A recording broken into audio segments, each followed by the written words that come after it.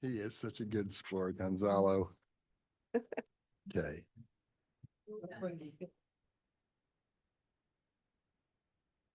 Board members, we're good? Okay. Good morning, everyone. Welcome to the May 27th Board of Zoning Adjustment. I'd like to thank all city staff who have prepared cases on your behalf. I would like to especially thank the board members around me who volunteer their time twice a month to come down and listen to your cases and make judgments on them. It's an unpaid position. We serve at the pleasure of our mayor, and we all have a ton of experience doing this. So you're getting fair and impartial judgments today. Before we begin, Sarah, will you please explain the procedures of today's meeting? Yes, I will. Good morning. I'll describe the procedures for today's hybrid meeting. First, for those joining us online, please know that there are two categories of people participating in the meeting: attendees and panelists. Right now, the only panelists are board members and city staff. If you are an applicant or a member of the public who is interested in a case, please use the raise hand function when the case is announced to let staff know you would like to speak. There is a ribbon at the bottom of your Zoom screen with a hand icon. Please click this to raise your hand to request a promotion to panelist. You will need to accept the promotion in order to speak. It may appear temporarily as if you have been disconnected, but don't panic. You will reconnect shortly. If you are joining us via the Zoom app on a smartphone or computer, please change your screen name to reflect your legal name. If you are calling in from a phone number, you cannot adjust your screen name. It appears as your phone number. You can still provide testimony by raising your hand when the case is announced by pressing star followed by the number 9. At the time of promotion, you must turn on your camera and microphone to be sworn in. Your microphone needs to always be on mute unless you are giving testimony at the appropriate time. The chat box is only for questions about the agenda. The merits of each case are not to be discussed in the chat box. For those in person, please approach the microphone on the podium located to the left of the seating area when it is appropriate to give testimony. Applicants may be seated at the center desk when the case is announced.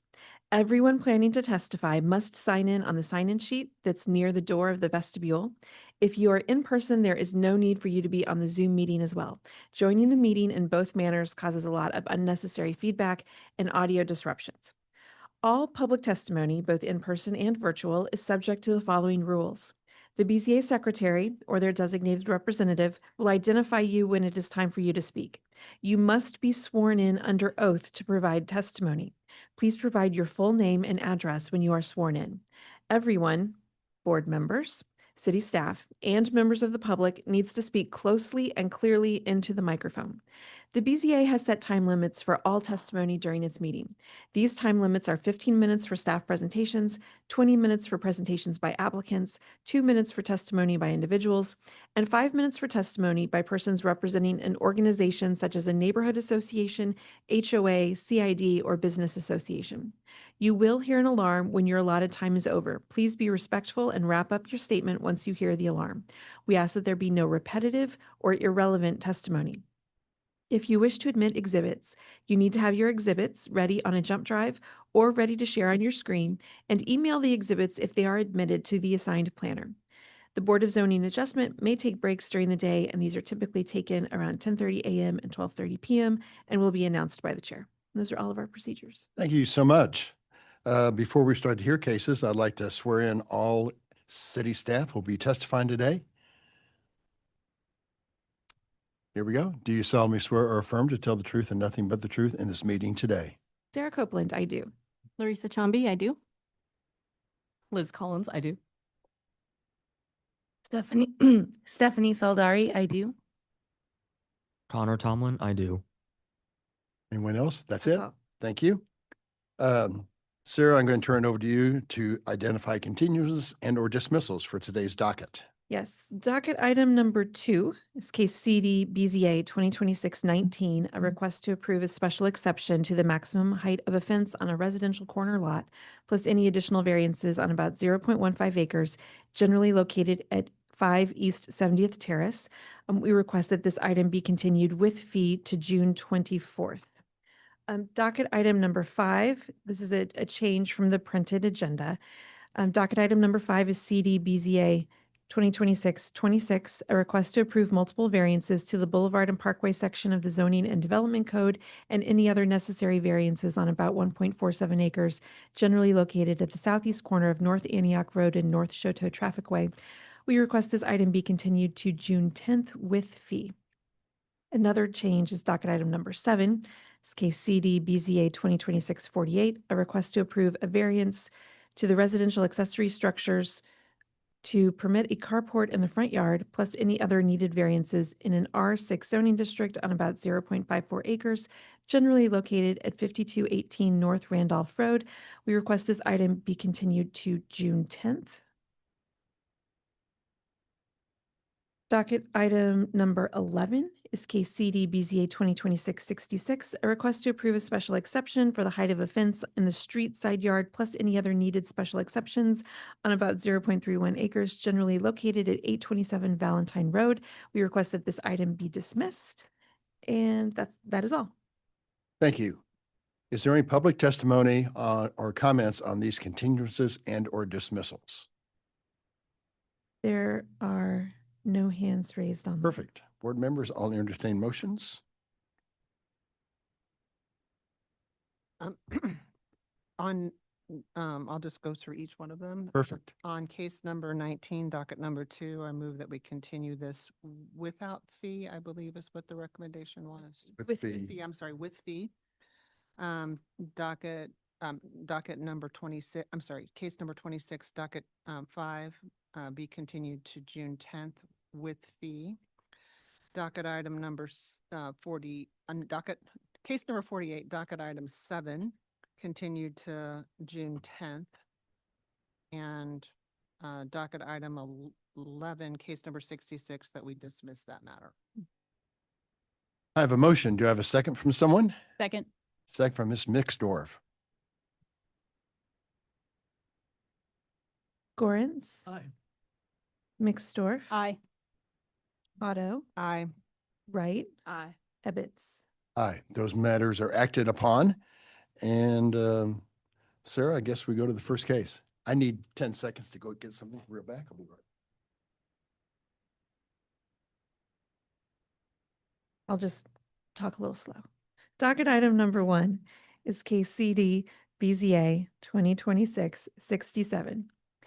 A request to approve a variance to the maximum height of a detached accessory garage, plus any additional variances on about 0.18 acres, generally located at 5934 Oak Street. Connor Tomlin is the staff planner on this case. If you are the applicant or a member of the public who is interested in this case, please raise your hand online or approach the microphone on the podium to be sworn in. If you're testifying, are you testifying? Or are you part of the committee? No, hired by some neighbors who Okay. opposed to it. Okay. I don't see Greg Campbell or Maria Little. So Mr. Campbell, you're set up here.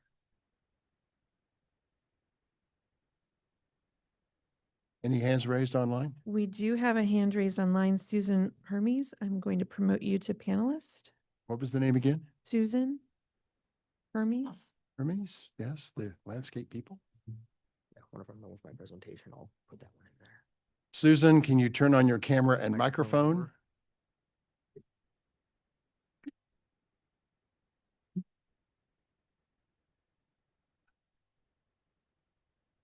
Sarah, do you see her anywhere? Yes, Susan, you need to turn on your, There she there's is. the camera and your microphone too, please to be sworn in. Yes, it's on. Okay, great, Susan and everyone. Sorry. Gotta wait for him to come up. All right, we're going to swear everyone in. Do you solemnly swear or affirm to tell the truth and nothing but the truth in this meeting today? If so, please say I do along with your name and address. Susan, let's start with you. I do. Susan Hermes, 5931 McGee, Kansas City, Missouri, 64113. Thank you. Mr. Campbell? Greg Campbell, 4104 North Charlotte. I do. Great. And yes, Robert Murphy, attorney in Independence, representing some neighbors. I do swear to tell the truth. I'm not providing direct testimony as a neighbor. Okay, So that's thank you. fine. We Well, still thank need you your very address. much. Sure. Best mailing address is Post Office Box 453, Independence, Missouri 64051. That's my office. Perfect, perfect. Okay. That's all we need for Okay. right now. We're all I'll for, provide all the information for the record. that'll be great. Yeah. And we'll be there in just a minute with you. Sure. Mr. Campbell, there are a list of administrative exhibits labeled 1 to 9 that we would like to admit to hear your case today. Do you have any questions on those exhibits? And if not, do I have your permission to admit them? Yes, you do. Okay, great. Yes, you have no questions, and yes, it's okay. I have no questions about the 9 exhibits, and And- I do say Thank yes you. to submitting them. One of those is a presentation by Mr. Tomlin to your left. Connor, please tell us about this case. Okay, we have docket item 1, CD BZA 2026-7, located at 5934 Oak Street in R6 zoning district. Excuse me. The request is a variance to the maximum height of a detached accessory structure, garage that was constructed without permits, plus any additional variances. This is the general location of the site. With a closer look at the site outlined in yellow here, you can see the structure here in the rear on this image. And this is the site plan, and I've just zoomed in, so it's a bit easier to read here. You can also zoom in on your staff reports if you need to. These are the elevations of the structure, as well as the floor plan. You'll see the garage on the first floor with a workshop on the second floor that is unconditioned. And this is the building section of the plans that are submitted. So the variance is a variance of 1 foot 7 inches to the maximum height of a detached garage to permit a detached garage at a height of 17 feet 7 inches on the subject site. Again, that's a 1 foot 7 inch variation, or roughly a 10% change. Substantial change to the character of the neighborhood is anticipated as the structure was constructed without permits and the height is more than the code requirements permit. And the structure could have the height reduced to be compliant with the code requirements, and the owner could have contacted development management to discuss the requirements and the processes involved prior to constructing this structure. And additionally, of course, the property owner should have constructed the structure in a legal manner to begin with, such as seeking those permits and plan reviews. That concludes my presentation, and I'm open to any questions the board may have. Thank you, Mr. Tomlin. Question of you, how long's the structure been up? I believe from the compliance case, it has been up about 2 years. I may defer to the applicant about that as well. That's fine. Board members, any other questions of Mr. Tomlin? Hearing none. Mr. Campbell, how did this ever get built without a permit, and why should we approve your request today? Thank you for the opportunity.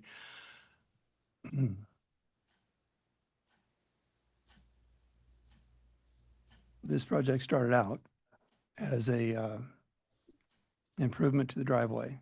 I've got a picture of the street view of the driveway and what they intended to do with concrete estimates to be able to go out and improve the property and get the driveway installed. In the process, they'd realized that there was originally an auxiliary building in the back of the building with a pad that the decision to expand that estimate into a garage pad and into a garage was made, and a contract was drawn up with a concrete company that included description of permit if required. The homeowner, Chuck, understood that he was, and it was understood that he was wanting to build a 2-story garage with storage above.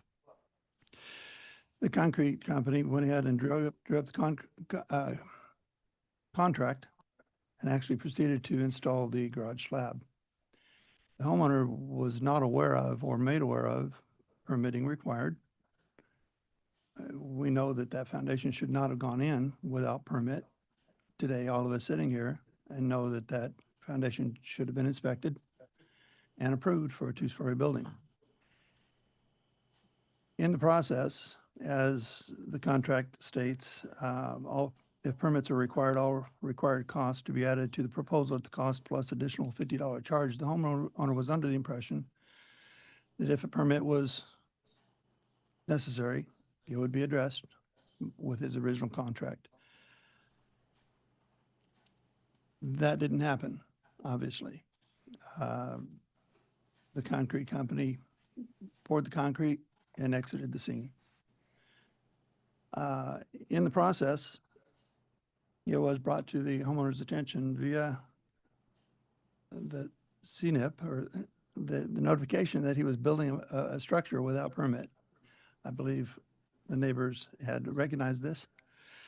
And Maria and Chuck pursued then from that point with an understanding that they needed permits to go into the second part of this last 3 years to then hiring a company out of Arizona to draw up plans. And they tried under the CBR 2025-21-042 to acquire a building permit. I don't need to bore you with a whole lot of history there unless you want to know about it, but the plans themselves were not, they were a pretty picture. They weren't going to get them a permit. And that was another fee that they spent for not getting where they wanted to go. But back to the structure itself going up, Chuck had built an detached auxiliary building before, and he and his wife were confident in what they were doing. This discussion was at the end of 2022. The contract was drawn up in February of 23, and a year later, the structure was built. During that year.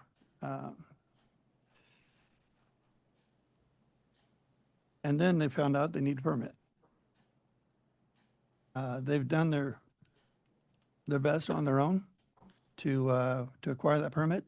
They actually contacted me March in 24 to do a set of plans for them. Turns out my price was a little steeper than they wanted to pay. Well, they went to Arizona and tried to get a set of plans that didn't get it done for them. There's comments with respect to their efforts to respond to the city in that review of the 21042 to get a site plan accomplished. They went ahead and have the site plan. It's included in the set of plans in September of 24. And they also tried to, on their own, respond to the review development discrepancy report. And unfortunately, their original plans and their response is not in the parcel viewer or in the permit 21042.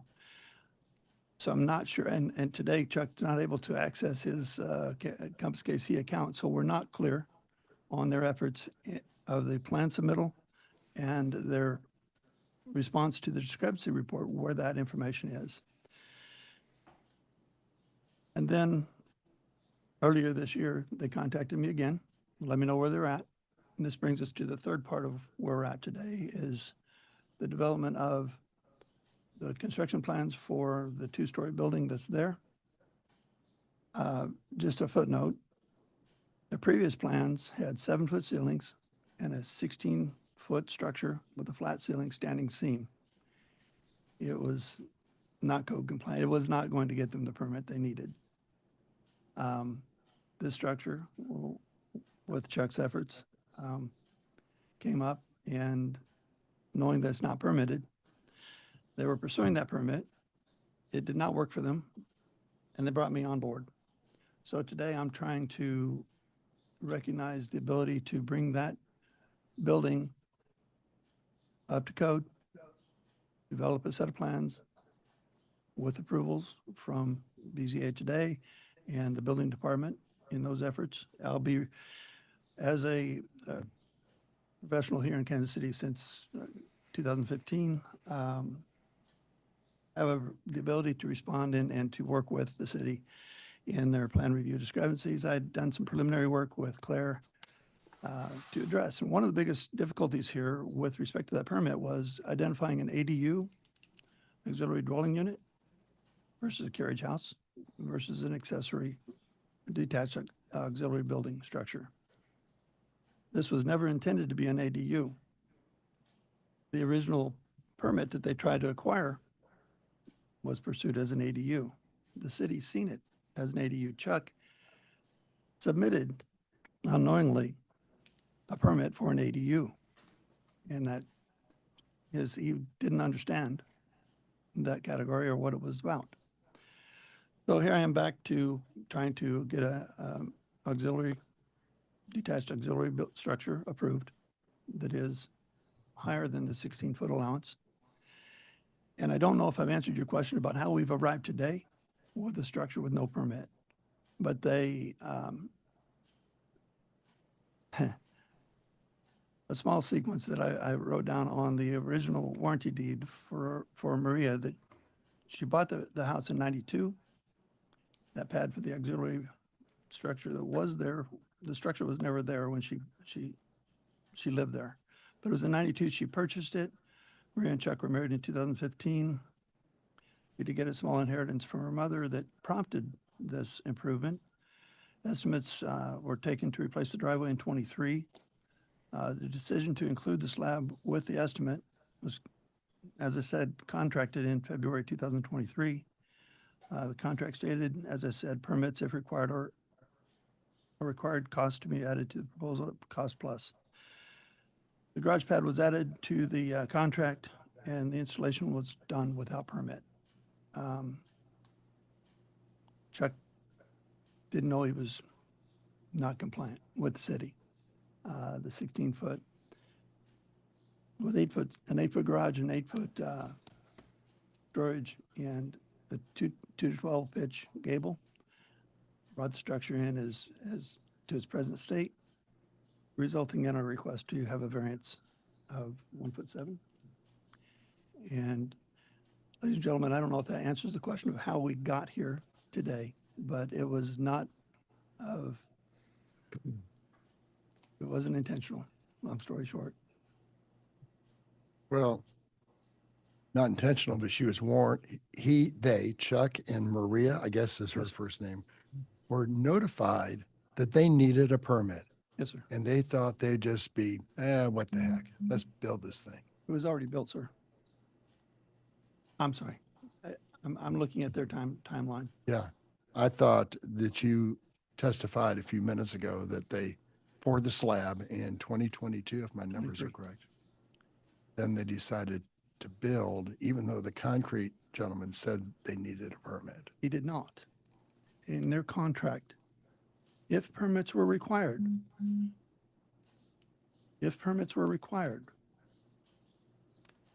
all required cost would be added to the proposal at cost plus an additional $50 charge.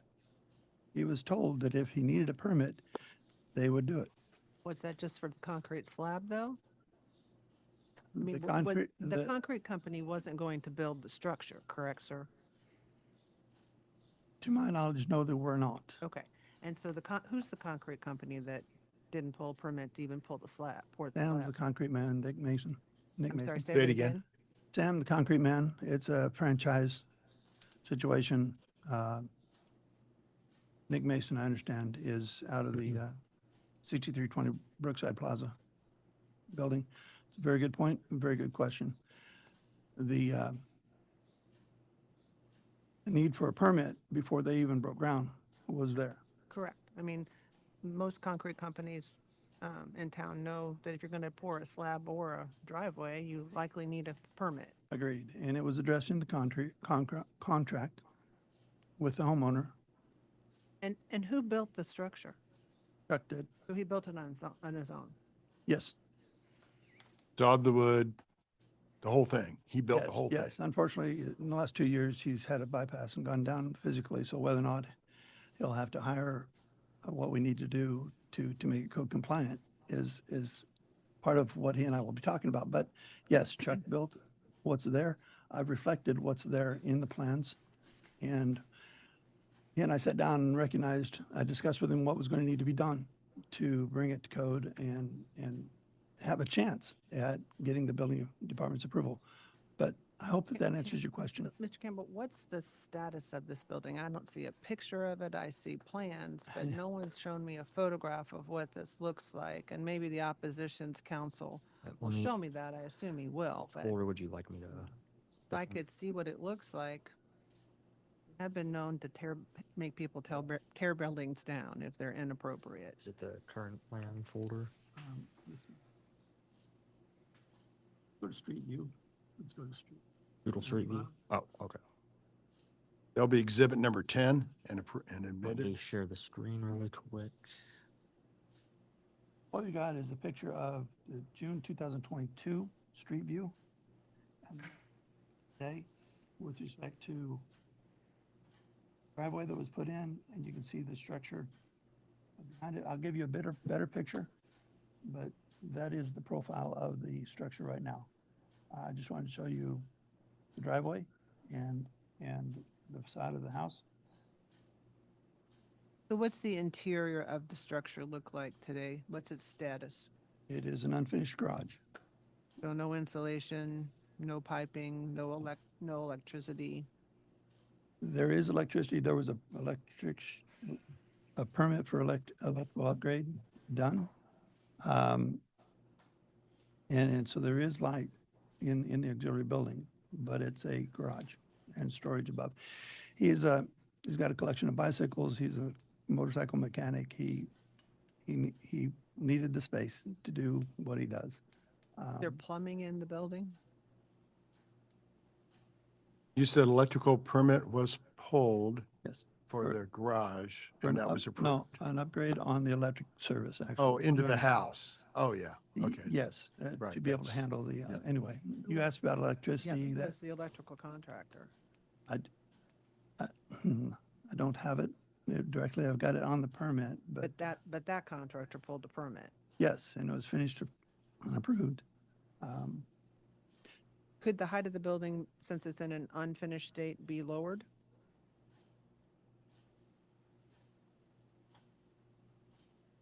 I've thought about that. Whether or not we could remove the roof, shorten the walls, potentially vault the ceiling is something that we would have to approach. Is this a metal framed building? No. No. So what's its composition? It is a wood frame building. There is standing seam roof. Okay. We have a picture of the existing.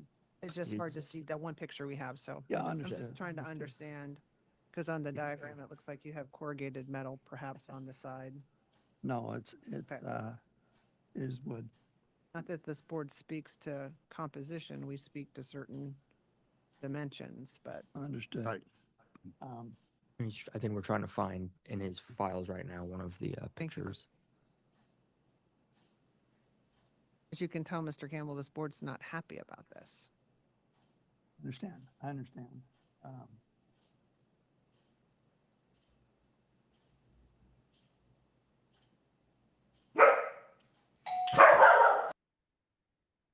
Get the dog, Susan. Current plan.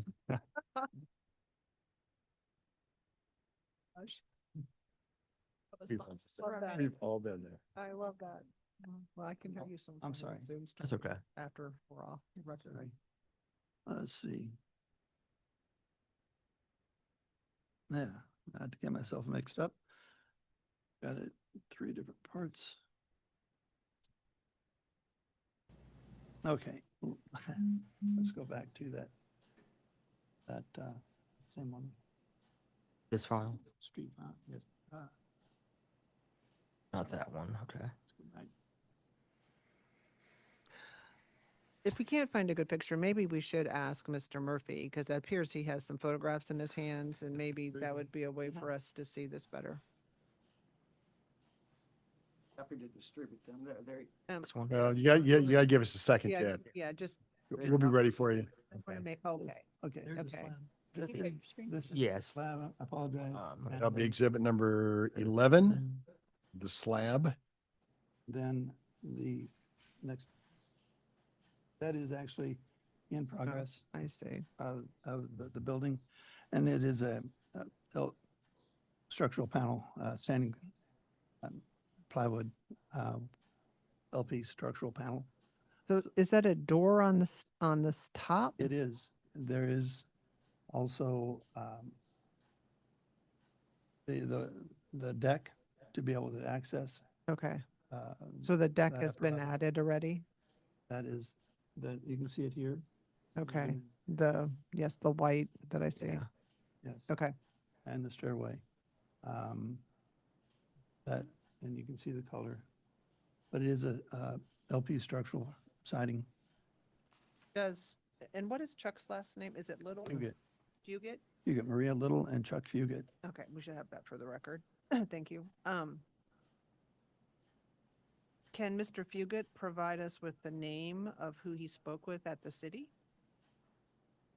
With regard to The permitting, at some point you said he became aware of this before they hired the The, Arizona company, I think you the said. steep- well, Did he have the name of someone at the city? application they got. the steep- I understand he can't find an account, there- but There is a notification that he received. Yeah. Hear the screen, Connor, I'm sorry. Once you Or find- once you're there, I apologize, sir. And it looks like it's a bit cut off, but this is the same C-pin case, the 2023 644 that's noted in the staff report on the front page. And can you tell who the city person was that he had contact with? I mean, there's no Name, name here. It would have been from a compliance investigation. right? Okay. So in 2023, he knew he needed to have a permit. And what was the status of the building in 2023? That's when it got built, right? It was during the year 2023. The slab was poured February and it was built. And then January 4th of 24, Mr. Fugit did not deign to come down here today, did he? To speak to it? he had plans to. He wanted to be able to, his wife was not able to. She works at the hospital, was not able to get time off. He's, with regard, I don't know that he and I, he's worked on this very hard, and he was I don't want to say frustrated, but he's tried his best to be able to make this right, and he's trying to understand, and we're trying to go through the process properly so that we can get this done right. His ability to be here, I don't know what kept him from being here. With all the construction, I almost didn't get here on time, but no excuse. But he and I have been working together. Had heart surgery, right? You say? It's been 2 years. It's actually been 2 years, I believe. I mean, he's gone downhill in the last couple of years with regard to his, yeah. It All right. shouldn't have kept him from being here. I'll admit that. Thank you, Mr. Campbell. I think let's hear from the other people. Greg, I'm going to hold, or not Greg, excuse me, Robert, I'm going to hold you off just for a little bit. Susan Hermes, like the landscaper. Yes. Yep. Tell us what your position is here on this. We are a neighbor that sits behind this lovely structure and just one house to the north. And yeah, it's right on the property line. It is very large. The work has happened at all hours of the night. Not that that's what we're here for, but it is very much against code. And I know they've been notified by many of us during the process that we had concerns as neighbors about the structure and where it sits. It really kind of impedes a lot of neighbors' yards. It sits right on the line, but it's definitely an eyesore for all. All right. Thank you, Susan, for your testimony. Connor, was there any other variances? Did they need a variance on lot lines, or do you know? No, no setback variances. The footprint is fine. Okay. It's to the height. Yes. And of course, as I've mentioned in the past, that height is the midpoint between that plate and the ridge of the roof. All right. Robert, let's get you. Good morning. My name's Bob Murphy and I attorney. My office is in Independence, but I live in Kansas City and haven't done this in a long, long time. But a group of neighbors got together and rather than having everybody come down, just wanted me to come down and make a presentation. I'm not trying to give personal testimony about, being a neighbor there. I do have some quick photos we took. If I could distribute those, I've got a copy. I know it to bring through. Bring those over and come on. Sure. There'll be exhibit number 12. And they are not going to win awards. They're the best we could do, but Thank you.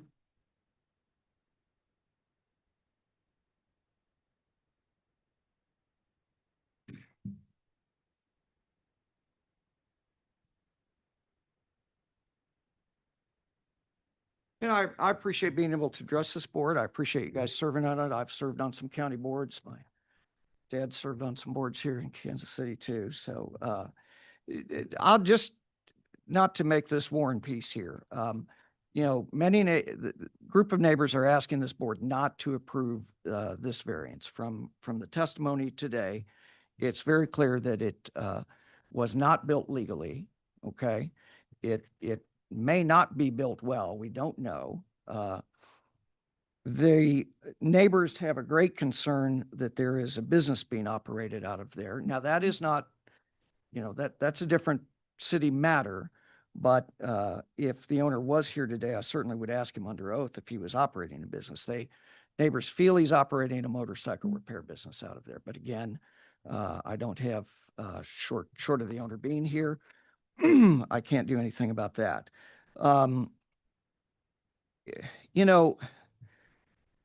I got referred to these folks because I deal in my law practice with a lot of people I do some probate work, I do some title work, a lot of people who've inherited properties that are struggling and need a lot of work. And I deal with city departments, Kansas City, Independence, Lee Summit, Liberty, all, just in the last 6 months, I've dealt with all those cities in terms of code compliance, zoning, things like this. I mean, this would not be permitted.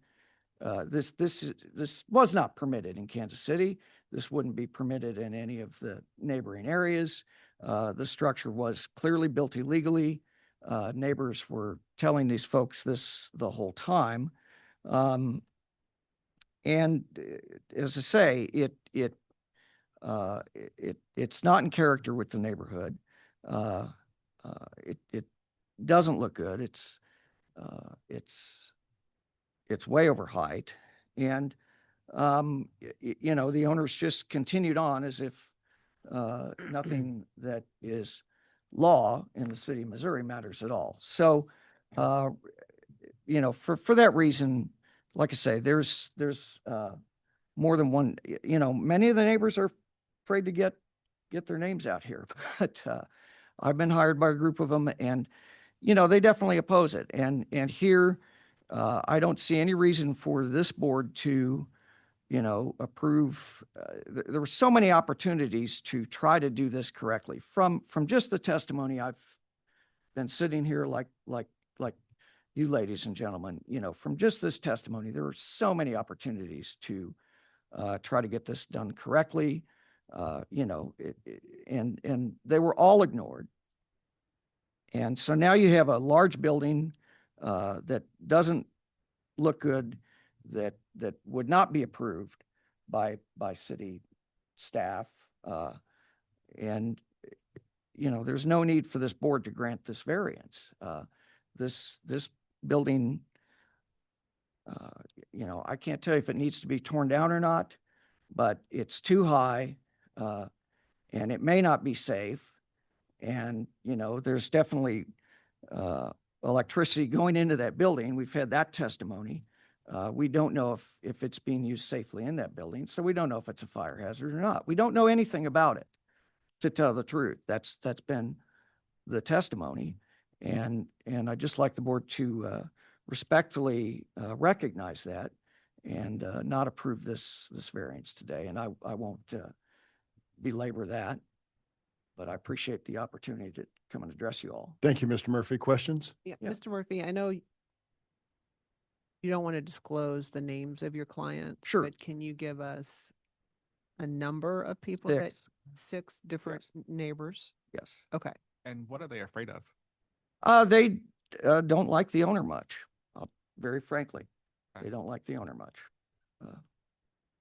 And again, I think it's been, you know, from the testimony here, you know, not like say, I don't live right there, but, you know, the neighbors have been telling this person that this wasn't being done legally. They've been ignored. They've been told to go jump in a lake, basically, maybe more bluntly. And they also feel that a business is being operated out of there. And, you know, I've represented people in many cities ticketed for that too. And it's a serious, you know, thing. And so I think the neighbors are just, you know, it's a nice area, obviously. I, you know, grew up in that. Let me ask you a question, Mr. Murphy. Sure.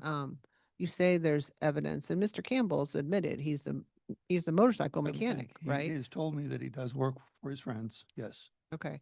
Yeah. But do your clients have any evidence they can offer through you today as to the number of people bringing motorcycles to the location? Really couldn't put somebody out there to photograph that enough. You know, I just, it's anecdotal. I'm not trying to, you know, make a separate case of that. Maybe he does a lot of work for his friends. I mean, maybe Okay. he doesn't.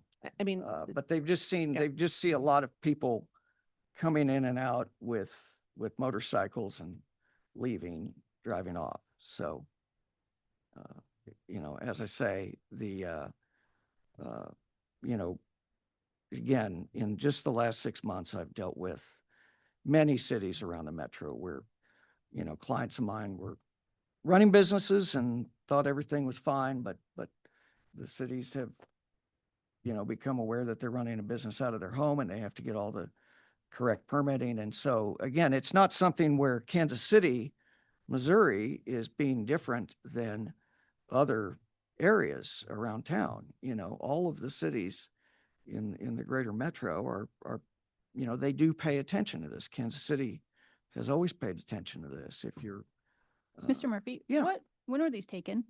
these were taken last week. Last week. Okay, thank you. Connor, can you remind me, how did this come before the board? So this came before the board.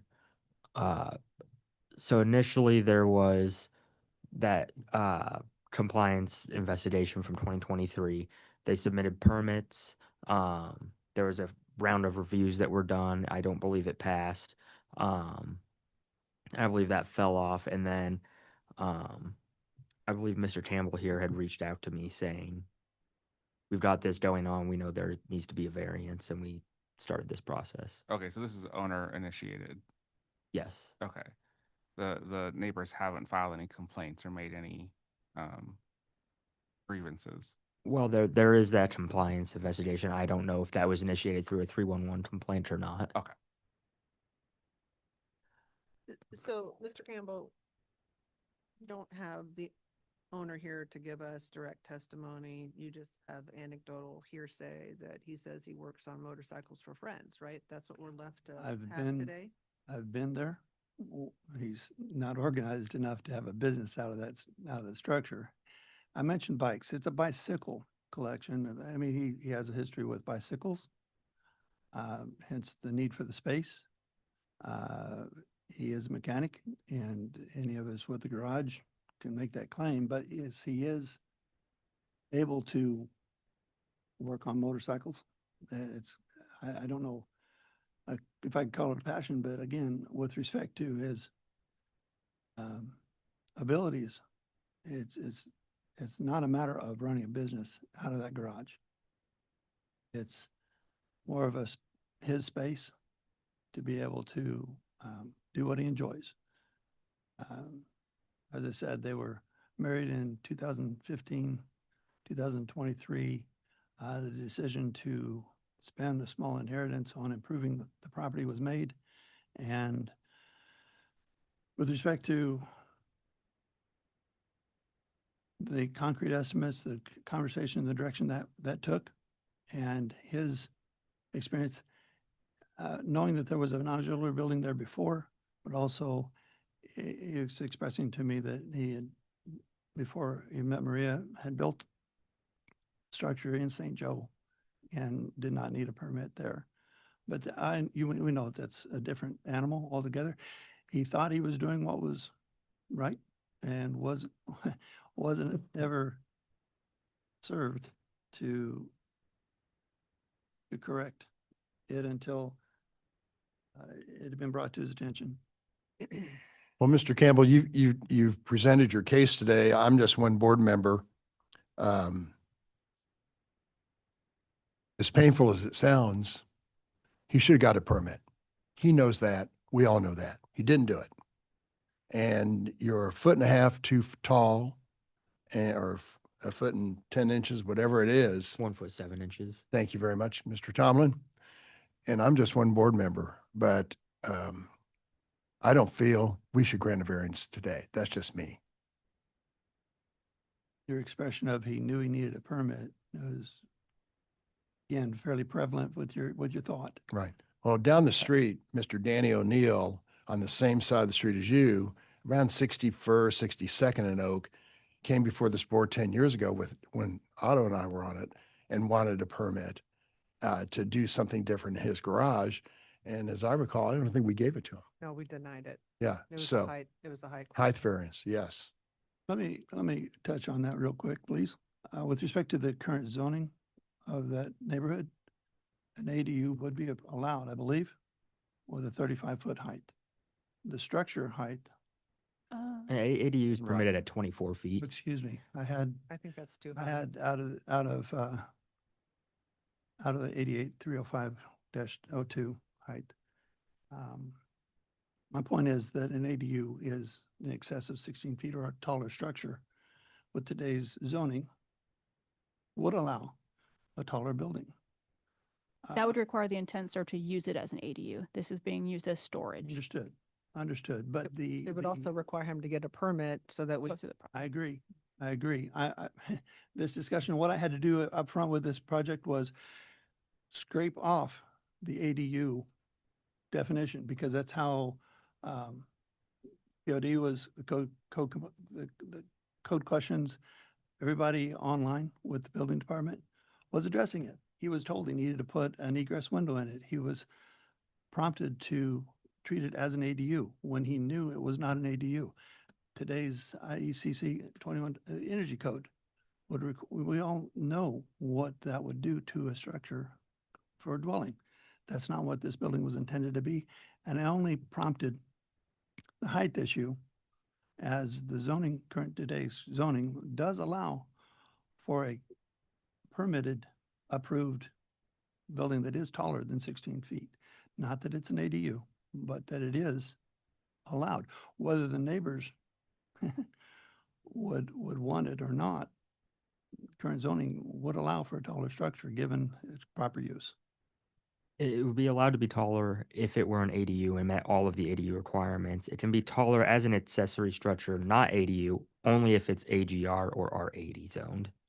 So that's the difference there, just to clarify. I think I understand your request, and unless there's further comments, I have a motion. Go ahead, Ms. Otto. In docket item number 1, case number 67, I move that we deny the request for variance. I have a motion of Ms. Otto. Do I have a second? Second. Second from Ms. Wright. Gorens, Aye. Mixdorf, Aye. Otto, Aye. Wright, Aye.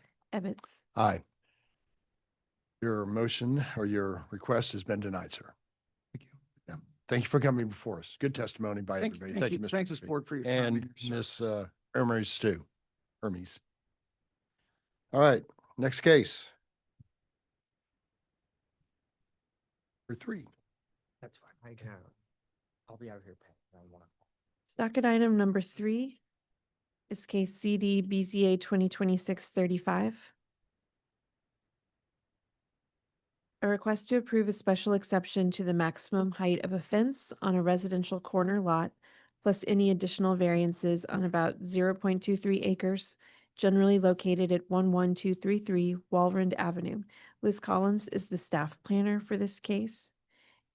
If you are the applicant or a member of the public who would like to speak on this case, please raise your hand online or approach the microphone on the podium to be sworn in. Christopher Goltz is online, so I'm going to promote him to panelist. Yeah. There are no other hands raised online.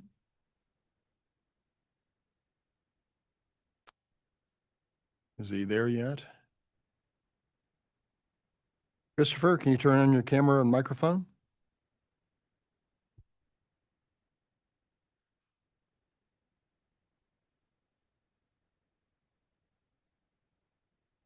There I got you, I think. Is your microphone on, Christopher?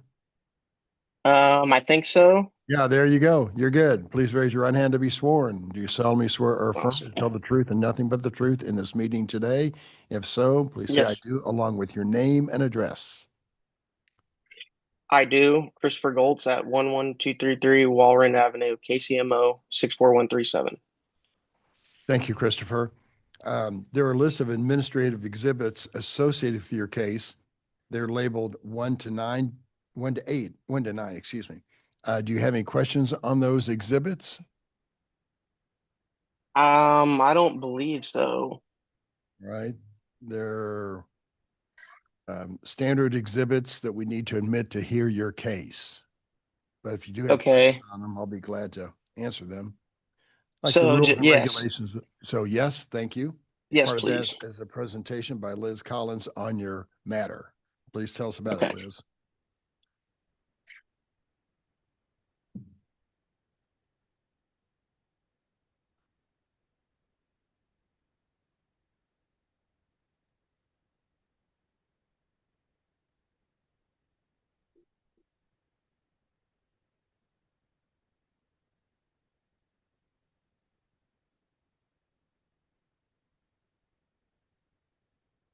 Okay.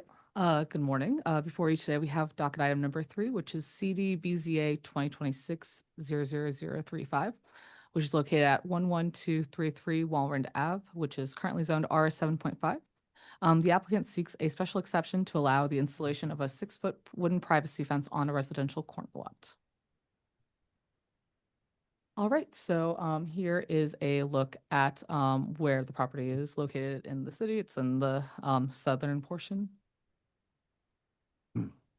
And then here is a closer look at the subject property itself. Like I mentioned earlier, it's on a corner lot. The property faces out to Walrand Avenue and also as well as Calico Drive. All right, and here is the site plan that the that the applicant submitted. So the red line is where the proposed fence would be, and it would be 6 feet on all sides. But the special exception request is specifically for the portion that is in the street side yard over here.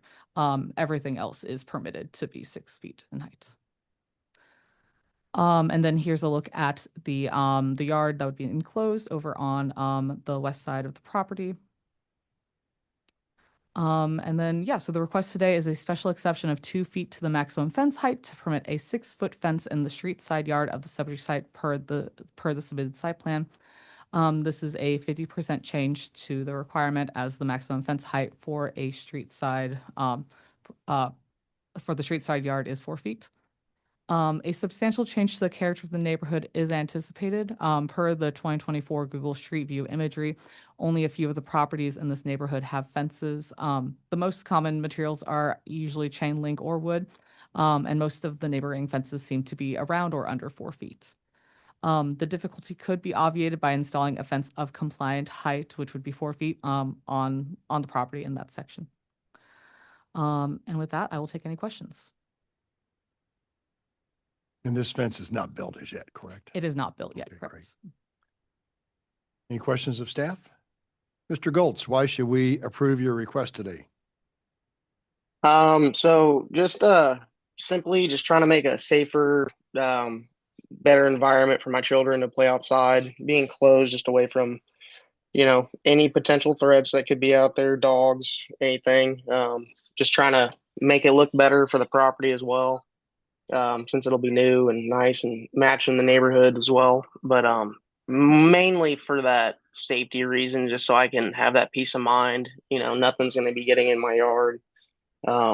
Recently, not trying to get into everything, but there was, some gunfire not too close from here, which, that's not going to stop that, but maybe keep the people out and just help, keep them more honest. And then again, there was a dog attack not too long ago last summer and just kind of helped. But now that I got the little kids and a baby, I just like to kind of keep them safe and kind of peace of mind when we're all out there on a play set or even grilling in the backyard and stuff like that.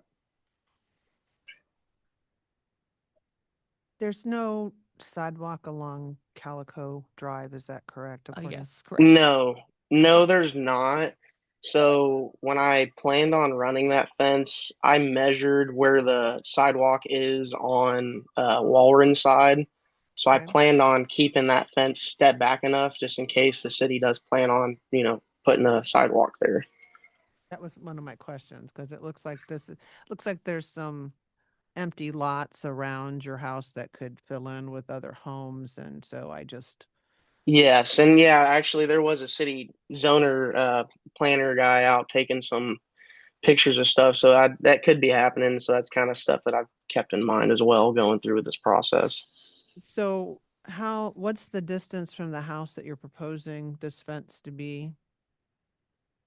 So from that corner on that west side, it'd come out roughly probably 25, 30 feet, and then go back about 40 feet to that back fence, and then just basically and capture what is already fenced in. But just getting that side would just make it so much bigger to have so much more room for the play set and for the kids to run around. Because right now it's basically like the fence is just from the back corners of the house straight back, and it's maybe like 15 feet from the house to the fence. So there's just very minimal room, and just would like to expand that. And Liz, could you bring up the diagram again? So what he's proposing is the fence would not start until past the front of the house, right? So the front yard is still unfenced, correct? Yes. What would be the front yard? I mean, this could On Walden. on Waldron, right? Yes. It's a Yeah. corner lot, so Yes, so the fence would not go in front of the house. okay. It would, yeah, so it would be, seen from Calico Drive, but not necessarily, on Walford, so. Okay. Yeah, 'cause I also realize, some people might have concerns of coming around the corner. I've had a lot of problem with people, especially in the wintertime when they can't see the road.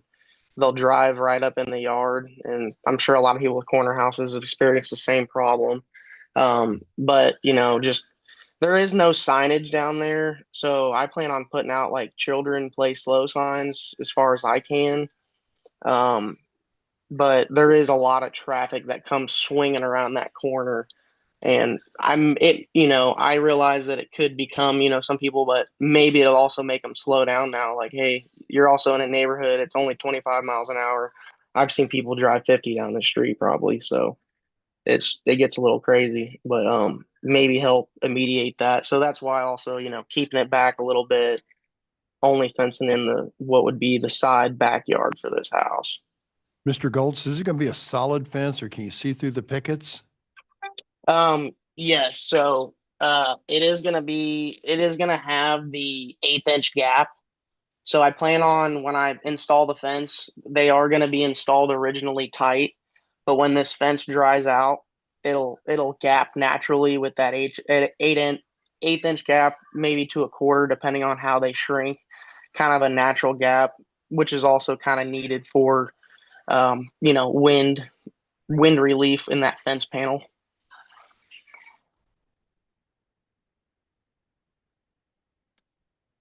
Any other neighbors around you that may have this 6-foot fence into their side yard, so to No, speak?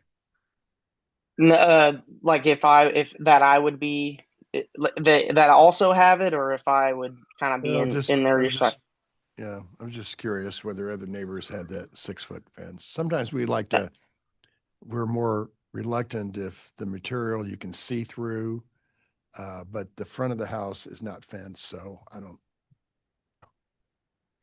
Um, oh, I'd say most people. There's a few lots on the block that have that 6 foot. I know the literal at the side with Holmes and Walren, or not Holmes, but Red Bridge and Walren here, completely on the other side of the street, catty corner from me.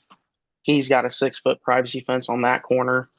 I think there's one lot in between, and then the duplexes around me also have 6 foot privacy wooden fences for their areas. So it's just kind of hit and miss, but some of them do, some of them don't. My neighbor put up a wooden fence this year just for the front panels. So We appreciate you coming down before us before you have constructed this fence. So absolutely.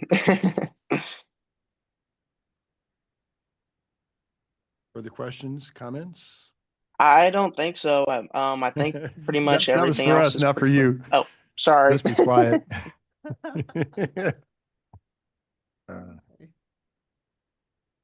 And is there a reason, I mean, would a 4-foot fence along that side do the same things you're after?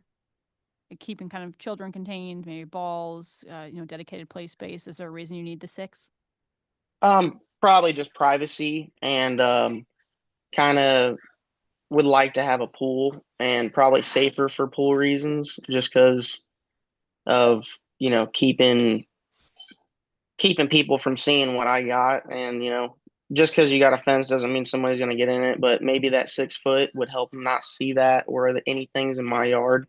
I've had plenty of theft around here. I've been broken into plenty of times. Cars getting rumbled in. I mean, it's pretty common. So, and obviously police reports were made, but yeah, that's kind of where I'm pushing for that privacy fence. So just for the pure privacy and safety factor. 6 foot's a little harder to go over than a 4 foot.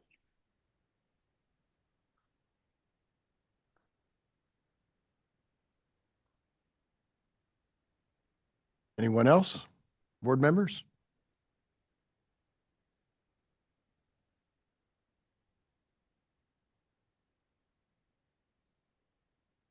Hearing no questions, I guess I'll make a motion. Go ahead, Ms. Otto. Thank you. On docket number 3, case number 35, I move that the board allow the variance requested. I have a motion for Ms. Otto. Do I have a second? Second. Second with Mr. Gorens. Gorens? Aye. McStorf? Aye. Otto? Aye. Wright? Aye. Ebbets? Aye. Your project is approved, sir. Good luck with it. Thank you very much for coming before us. Thank you.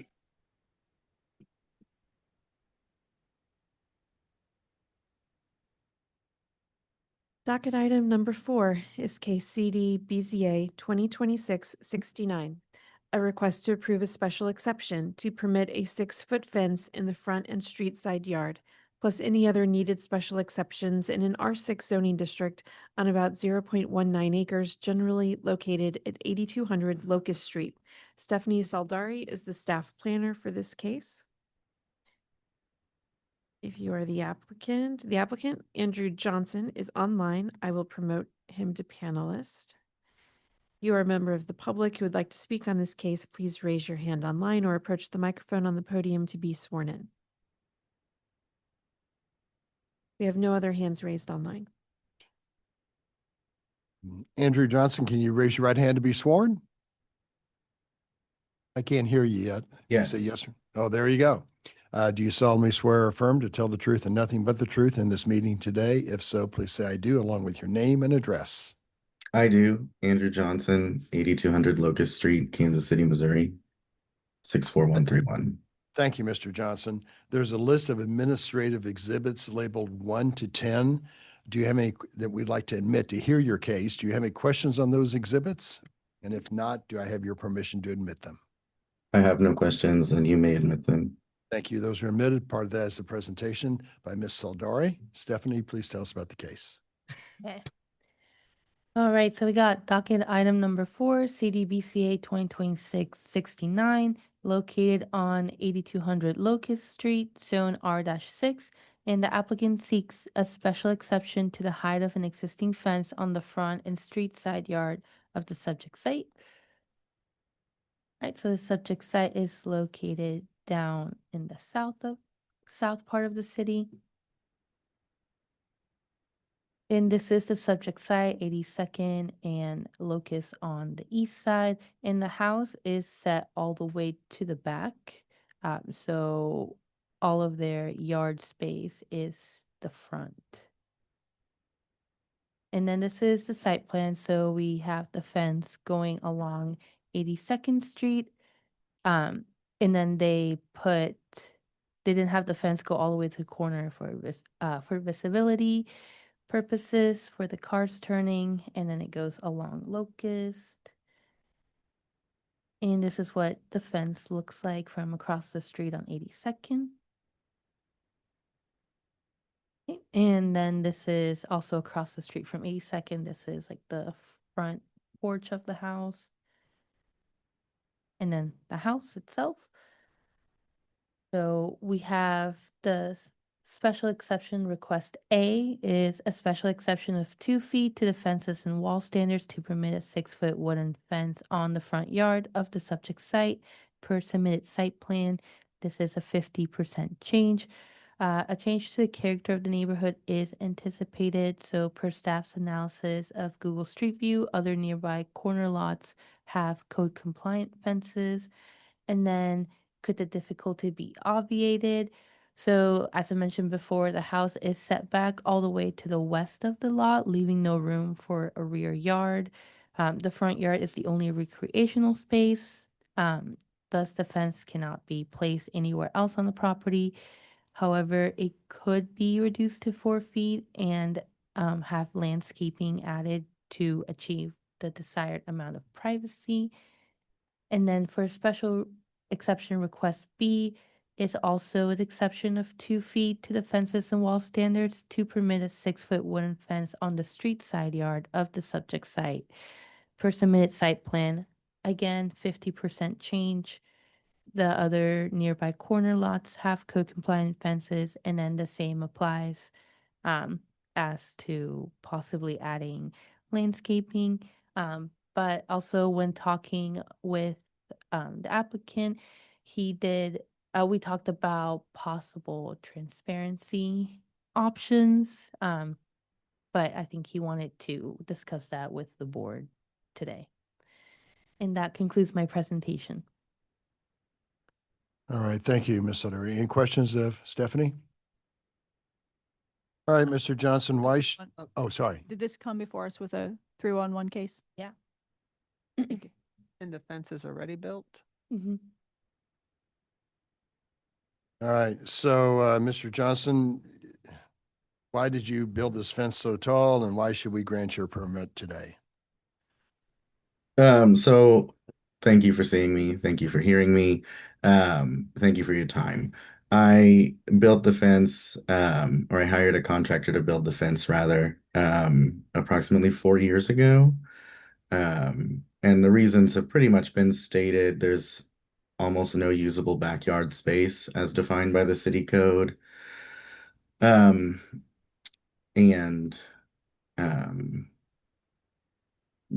we had a desire to protect our nieces and nephews when they come over to play. So that was, the main reason was wanting privacy, wanting safety. And so that's why we built it.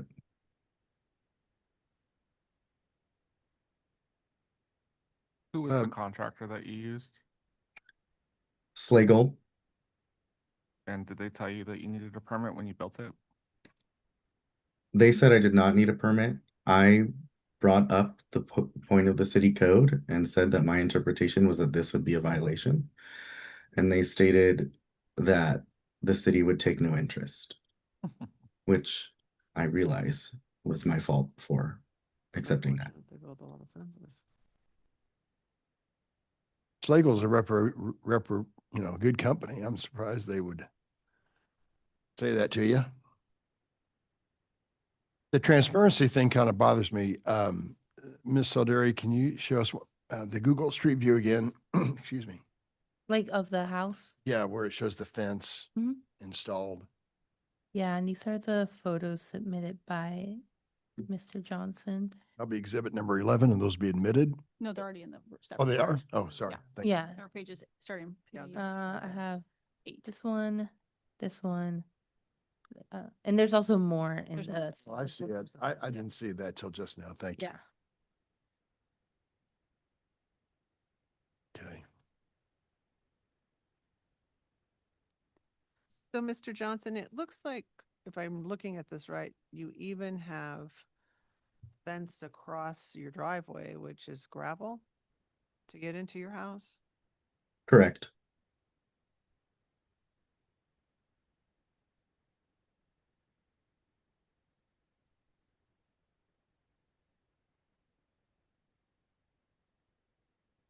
Most people who come to the house park on 82nd Street here in front of the front porch. Or could be. In fact, having the fence built along the driveway has greatly simplified getting deliveries from people who aren't familiar with the house. Mr. Johnson, I think one of my concerns, obviously, we just heard another fence case, similar corner lot. But the difference with that house was the fence was pulled back behind the front of the house. And when I look at where this is currently placed, it goes right up to your front porch. And I think that is just a very solid wall to have that close to the front of the house, and is not something that I would typically be comfortable with in a full opaque mode as it currently is. So I'm just one board member, but I'd be interested in alternatives to either push that fence back or consider additional transparency, because it feels too solid and too tall at that point where it is hitting the side of the house. for me. Absolutely, I do agree. One of the words that came up when I was talking with one of my neighbors was the word fortress, which was not my intention at all. So I tried to submit, I'm not sure if you're able to see photos that were AI generated of a modification that I'd be willing to pay to have done, which would include replacing the top 2 feet with lattice to improve visibility and hopefully make the property feel more welcoming and less intimidating. So I haven't seen that in the file, so. Can I share my screen and show the Yeah, photo? we should probably mark that, that's up to. Yeah, there'll be exhibit number 11. Go ahead. Thank you, Teresa.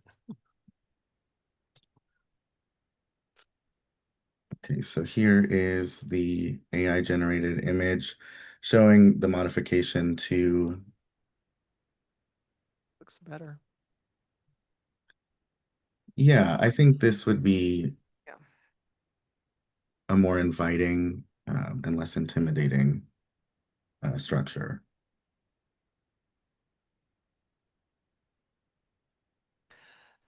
So would this modification, Mr. Johnson, allow you to keep the bottom 48 inches of the existing fence, or would you just be putting a brand new fence in? Correct. Almost all of the structure would remain untouched. Only the top 2 feet of the pickets would be removed and replaced with lattice.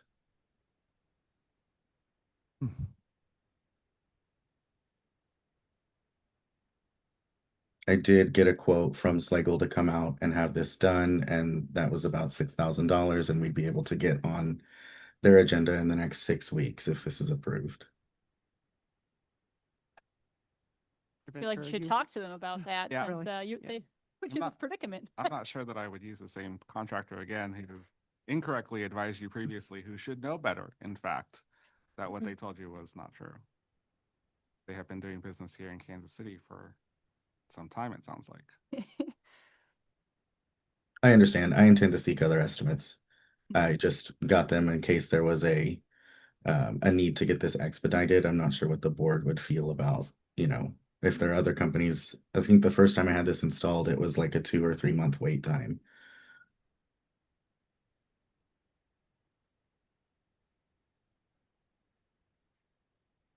Board comments on the lattice? I think it's an improvement. It's still a lot of fence is my concern. Right. I mean, I understand the way this house is built. But there would have been other alternatives of placing that fence back a little bit further from the front, shrinking it in on the end so you weren't, putting it all the way. I mean, I appreciate that you at least angled it at the corner for driver obstruction because that's a real issue. So I think it's an improvement.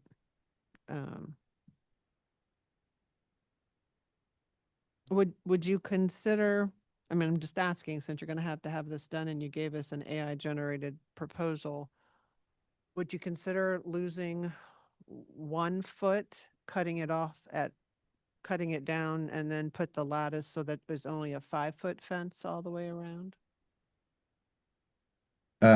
So it would be a 4-foot solid fence with 1 foot of lattice on top instead of 2 feet. Correct. I'm just trying, I mean, because it is supposed to be 4 feet and all the way around. So I'm trying to come up with something that might be a little more palatable. Would you accept 18 inches of lattice on top of the 4 feet? So it'd be 5.5 feet. I'd consider it. Personally, I would like that as well. That would actually allow us to implement the entire photo as it's displayed, which is it has the post caps visible above the lattice, which if there were 2 feet of lattice, that wouldn't show quite like that.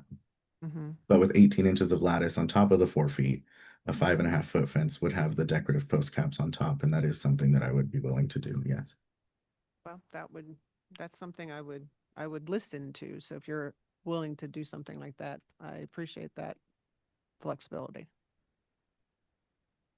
All right, board members? So I hear 48 inches on the solid fence and then 18 on the lattice. Is your proposal back to us, sir? Yes.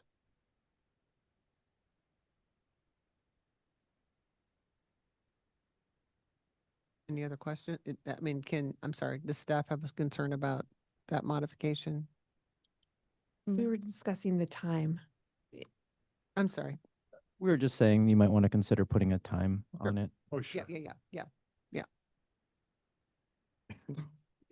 So, Mr. Johnson, we're briefly talking about the time required to do the work. So if we do happen to approve this, there will be a time limit for you to complete the work.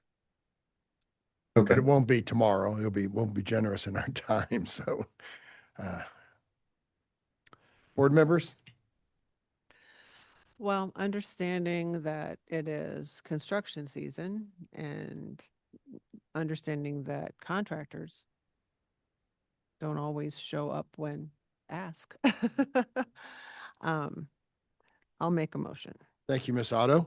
In docket number 69, docket item 4, I move that we allow a special exception as follows, that the applicant be allowed to have a fence in the areas indicated that is a solid 48 inches and then an 18-inch lattice on the top, and that he be given 4 months to get that done. I have a motion from Ms. Otto. Do I have a second? Second. Second from Ms. Mixdorf. Gorens? Aye. Mixdorf? Aye. Otto? Aye. Wright? Aye. Ebbets? Aye. So, Mr. Johnson, you've got 4 months to get it done. Thank you very much for coming before us and have a great day, sir. Thank you. I did this last time where I ran you guys too long. And do you want to take a break now or should we do another case and then go? Another case or break? Right. What'd you say? I'm get my charger. Okay, yeah. So we're going to take a 10-minute break and we'll be back at 10:31. 10:31. Thank you. 2.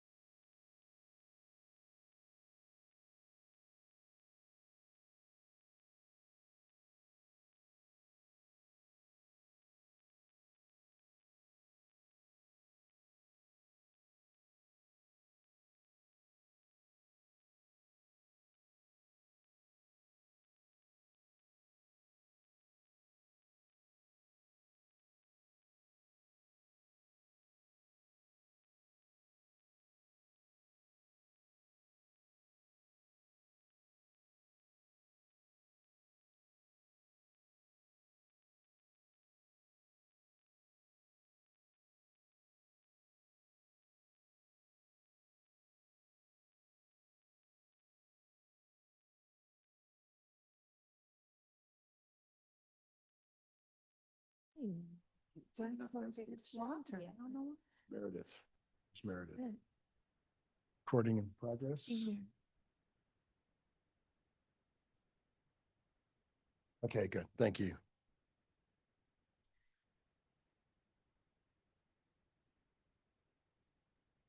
All right, after our brief break, we're back with docket number 6, I believe. Docket item number 6 is case CD BZA 2026-32, a request to approve a variance to the accessory use standards to permit a carport in the front yard on the subject site, plus any additional variances on about 0.98 acres, generally located at 7010 Northeast 52nd Street. Liz Collins is the staff planner on this case, and we have the applicant here in person.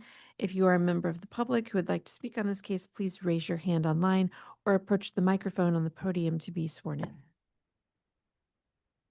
We don't have any hands raised online. Good afternoon, sir. Please raise your right hand to be sworn. Do you solemnly swear or affirm to tell the truth and nothing but the truth in this meeting today? If so, please say I do, along with your name and address. I do. Nick Fast, 7010 Northeast 52nd Street.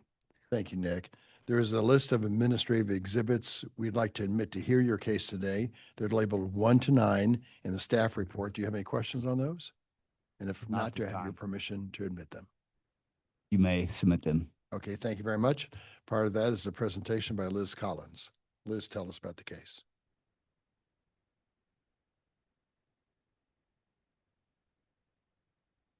All right, good morning. Before you today, we have docket item number 6, CD BZA 2026-32, which is located at 7010 Northeast 52nd Street and is currently zoned R6. The applicant seeks variances to the accessory use standards to permit a carport in front of the single-family dwelling and variances to the parking and loading standards to permit gravel in an R6 zoning district. So here is a look at where the subject site is. It's over kind of near Clay Como. And then here is a closer look at the subject site. Currently, so this aerial is from 2024, but to date, the applicant has ceased operations of the outdoor storage and commercial vehicle parking that you can kind of see towards the rear of the property. And then here is the site plan that was submitted by the applicant. So the carport in question is located here in front of the house, and then as well as the distances to everything. And then here are some photos that show the existing conditions of the carport. And so there are 4 variance requests associated with this case. Request A is a variance to the accessory structure, lot, and building standards to permit a carport in the front yard of the subject site per the submitted site plan. This is a complete deviation as the code just outright prohibits carport or prohibits accessory structures in the front yard. So a substantial change to the character of the neighborhood is anticipated per the city's parcel viewer. The carport has been present on the property since 2020. However, carports in the front yard are not otherwise seen in this neighborhood. The difficulty could be avoided by a change in design, removing the carport from the front yard and relocating it to the rear yard via the second driveway would bring the property into compliance without a variance. Request B is a variance of 5 feet to the accessory structure, lot, and building standards to permit 10 feet, a variance of 5 feet to the accessory structure, lot, and building standards of 10 feet to permit a carport with a 5-foot separation from the principal building on the subject site per submitted site plan. So this is a 50% change as the requested distance between the carport and the principal structure is 5 feet, and that minimum separation distance is 10 feet. Again, a substantial change to the character of the neighborhood is anticipated as carports are not typically seen in the front yard of this neighborhood, and a difficulty could be avoided by a change in design. So if removing the carport from the front yard and relocating it to the rear yard would bring the violation into compliance without a variance if it was placed 10 feet from the principal structure. Request C is a variance to the parking and loading standards to permit a gravel driveway in the front, side, and rear yards of the subject site per submitted site plan. This would also be considered a complete deviation as request C is based on a piece of code that basically says parking surfaces shall not have loose gravel or be able to track gravel onto the street. The applicant did submit a like documents that showed that there was gravel on the property when it was purchased. However, the gravel has since been expanded. While there are let me go back. A substantial change to the character of the neighborhood is not anticipated when it comes to the gravel, as there are multiple properties in this neighborhood that do have gravel driveways. However, the adjoining properties and others who use the street may be negatively impacted by the gravel, as the two neighbors to the left and right do not have gravel driveways. This difficulty could be avoided by a change in design. If the driveways were paved with concrete or asphalt, a variance would not be needed. Okay, and the last variance request D, is a variance to the parking and loading standards to permit a gravel driveway in the front, side, and rear yards of the subject site per the submitted site plan.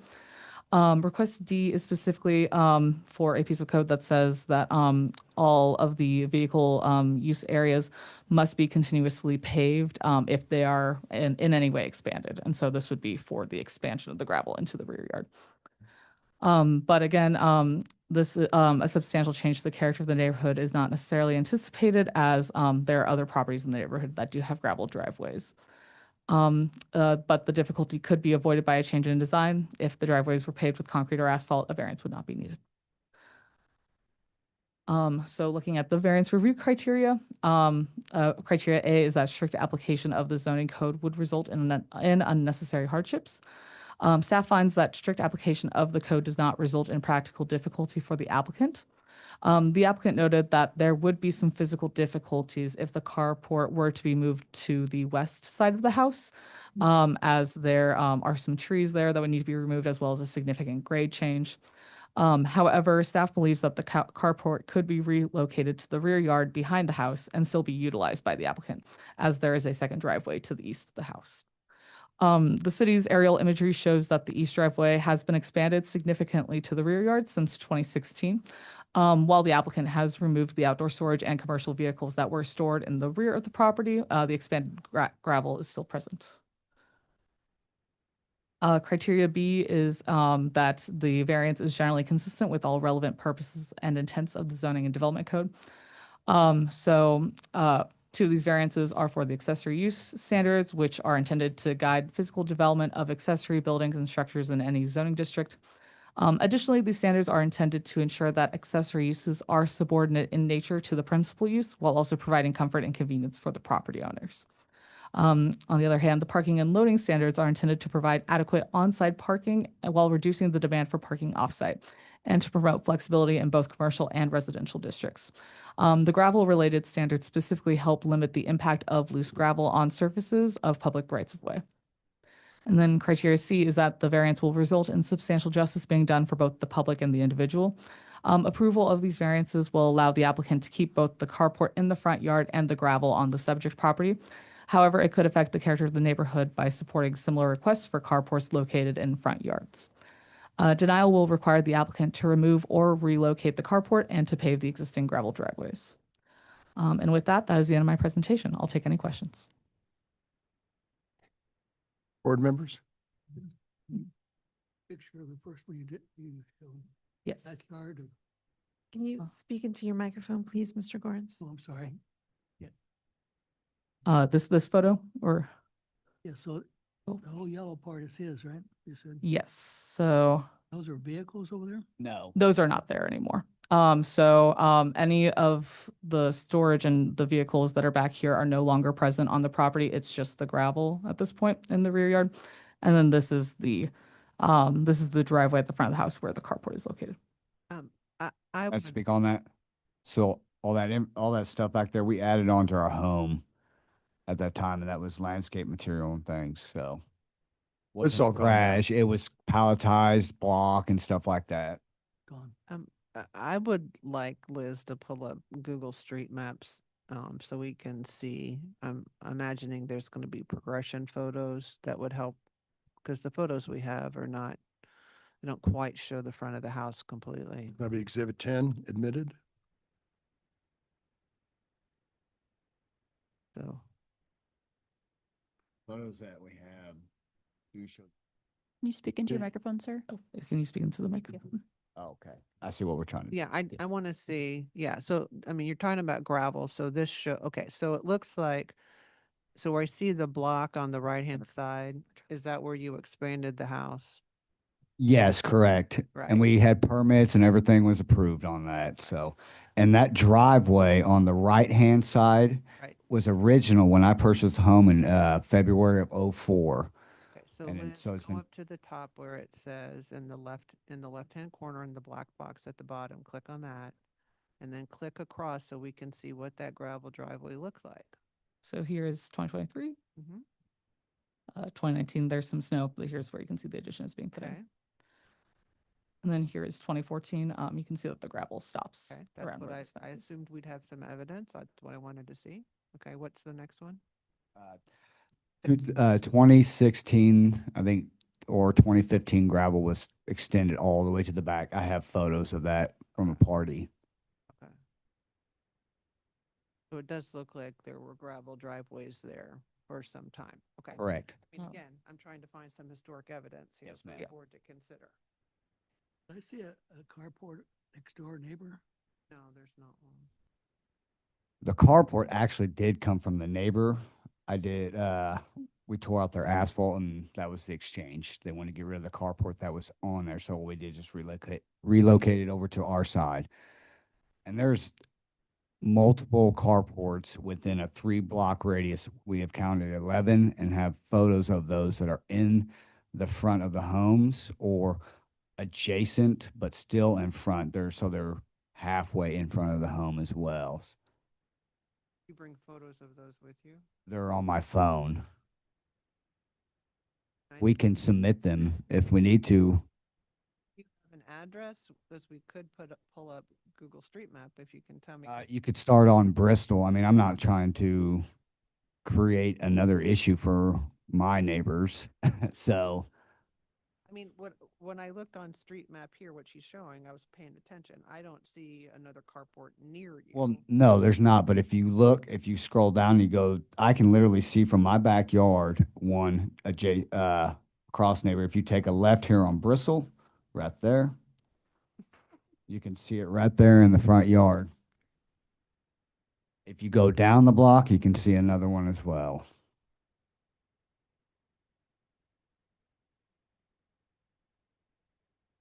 I'm sorry, you have to go back the other way. My bad. It's all right. I think we get the understanding. Yeah. So, Mr. I'm sorry, Fast. Fast. Yes, Sorry, I didn't Nope. write that down. No problem. I should have written that down. Do you have another garage other than the one we see at the front of your house? No, ma'am. And is there not a reason you could relocate that to the back of the house? No, because I have that's where we park our primary vehicle. And my primary vehicles have always been pretty decent, but this one in particular is an $87,000 truck that I'm trying to keep covered. And it's mostly for weather conditions as well, because I can go out the carport, go under the soffit and walk into the house without getting wet, snow. It's always typically a clear path. It protects the vehicle. Like I said, it's been there for approximately 8 years. Another car parked to the left. That was an old hot rod. I blew the motor and it was just the photo at that time. It has been relocated. Mr. Fast, I feel like you're in a unique situation because you do have a very large site and you do already have gravel access behind your house, where I feel like you could relocate that carport if needed to still give you covered parking. And I understand that, but like I said, at the time, the reason the carport's in the front, so it's during weather conditions, I can exit the vehicle, I can get in the home without getting wet. It's a safety thing. I mean, it covers the vehicle. I don't own the vehicle at this time, outright. So we're still making payments on it. And Liz, can you describe again the differences between variants C and D? I tried to write down why they're different. I mean, you would have to have both variances. You wouldn't just have one or Correct. the other. Yes. Okay. So variances C and D come from the same section in the new parking and loading standards.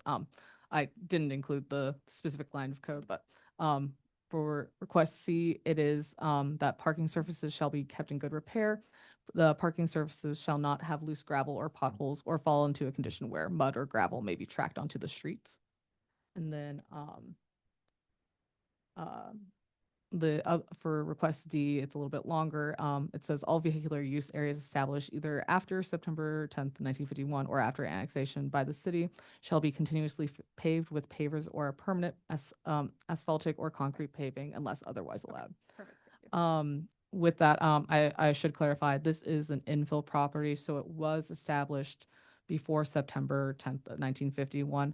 But this piece of code is also saying that like it can't be expanded besides what was previously allowed. So because it was expanded into the rear yard, that's why request D is included. And then related to D, limits on future expansions. Do we have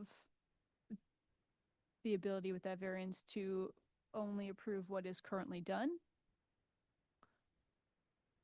You can limit the variance to what is currently existing. Yes, because my intentions was to make that driveway go all the way around the property so I could have a big, long driveway to come all the way up through as well. I mean, that was the original intentions when I bought that home 22 years ago. And that's not your intent now? I would still like to do it. It's a slow process though. But I can stop that process, but I would like to continue that process through. And as far as putting the carport in the back, then that allows the primary truck has to drive to the back, park, and then walk up to the front of the home.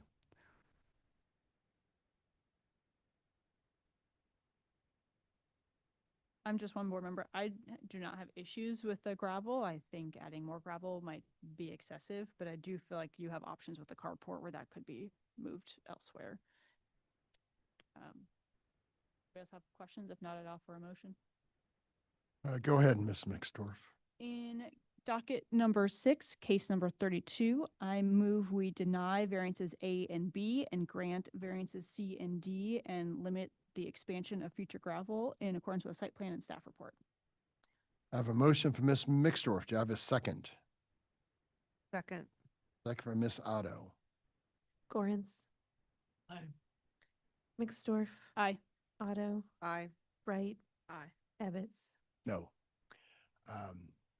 So you've got to get rid of the carport. A and B did not get approved. So did you even read the hardship letter on this then? We I did, sir. Yeah, we did. I think it's unacceptable. I like to, how can we appeal that? Because I'm not moving the carport. You can talk to Liz Collins. Okay. She'll direct you. We'll just pay the fine.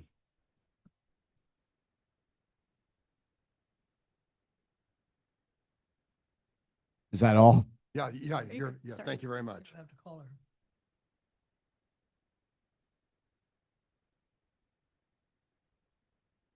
Number 7? Number 7 was continued, so docket item number 8 is case CD BZA 2026-27, a request to approve a variance to permit a fully paved front yard and a special exception to the height of a fence in the front yard, plus any other needed variances in an R 2.5 zoning district on about 0.09 acres, generally located at 2540 Chelsea Avenue. Stephanie Saldari is the staff planner. We do need to reestablish the quorum on this case since Mr. Meyer is not here today.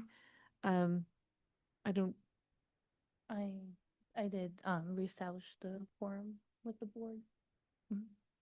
who have we added? Randy. And Randy was already on the quorum.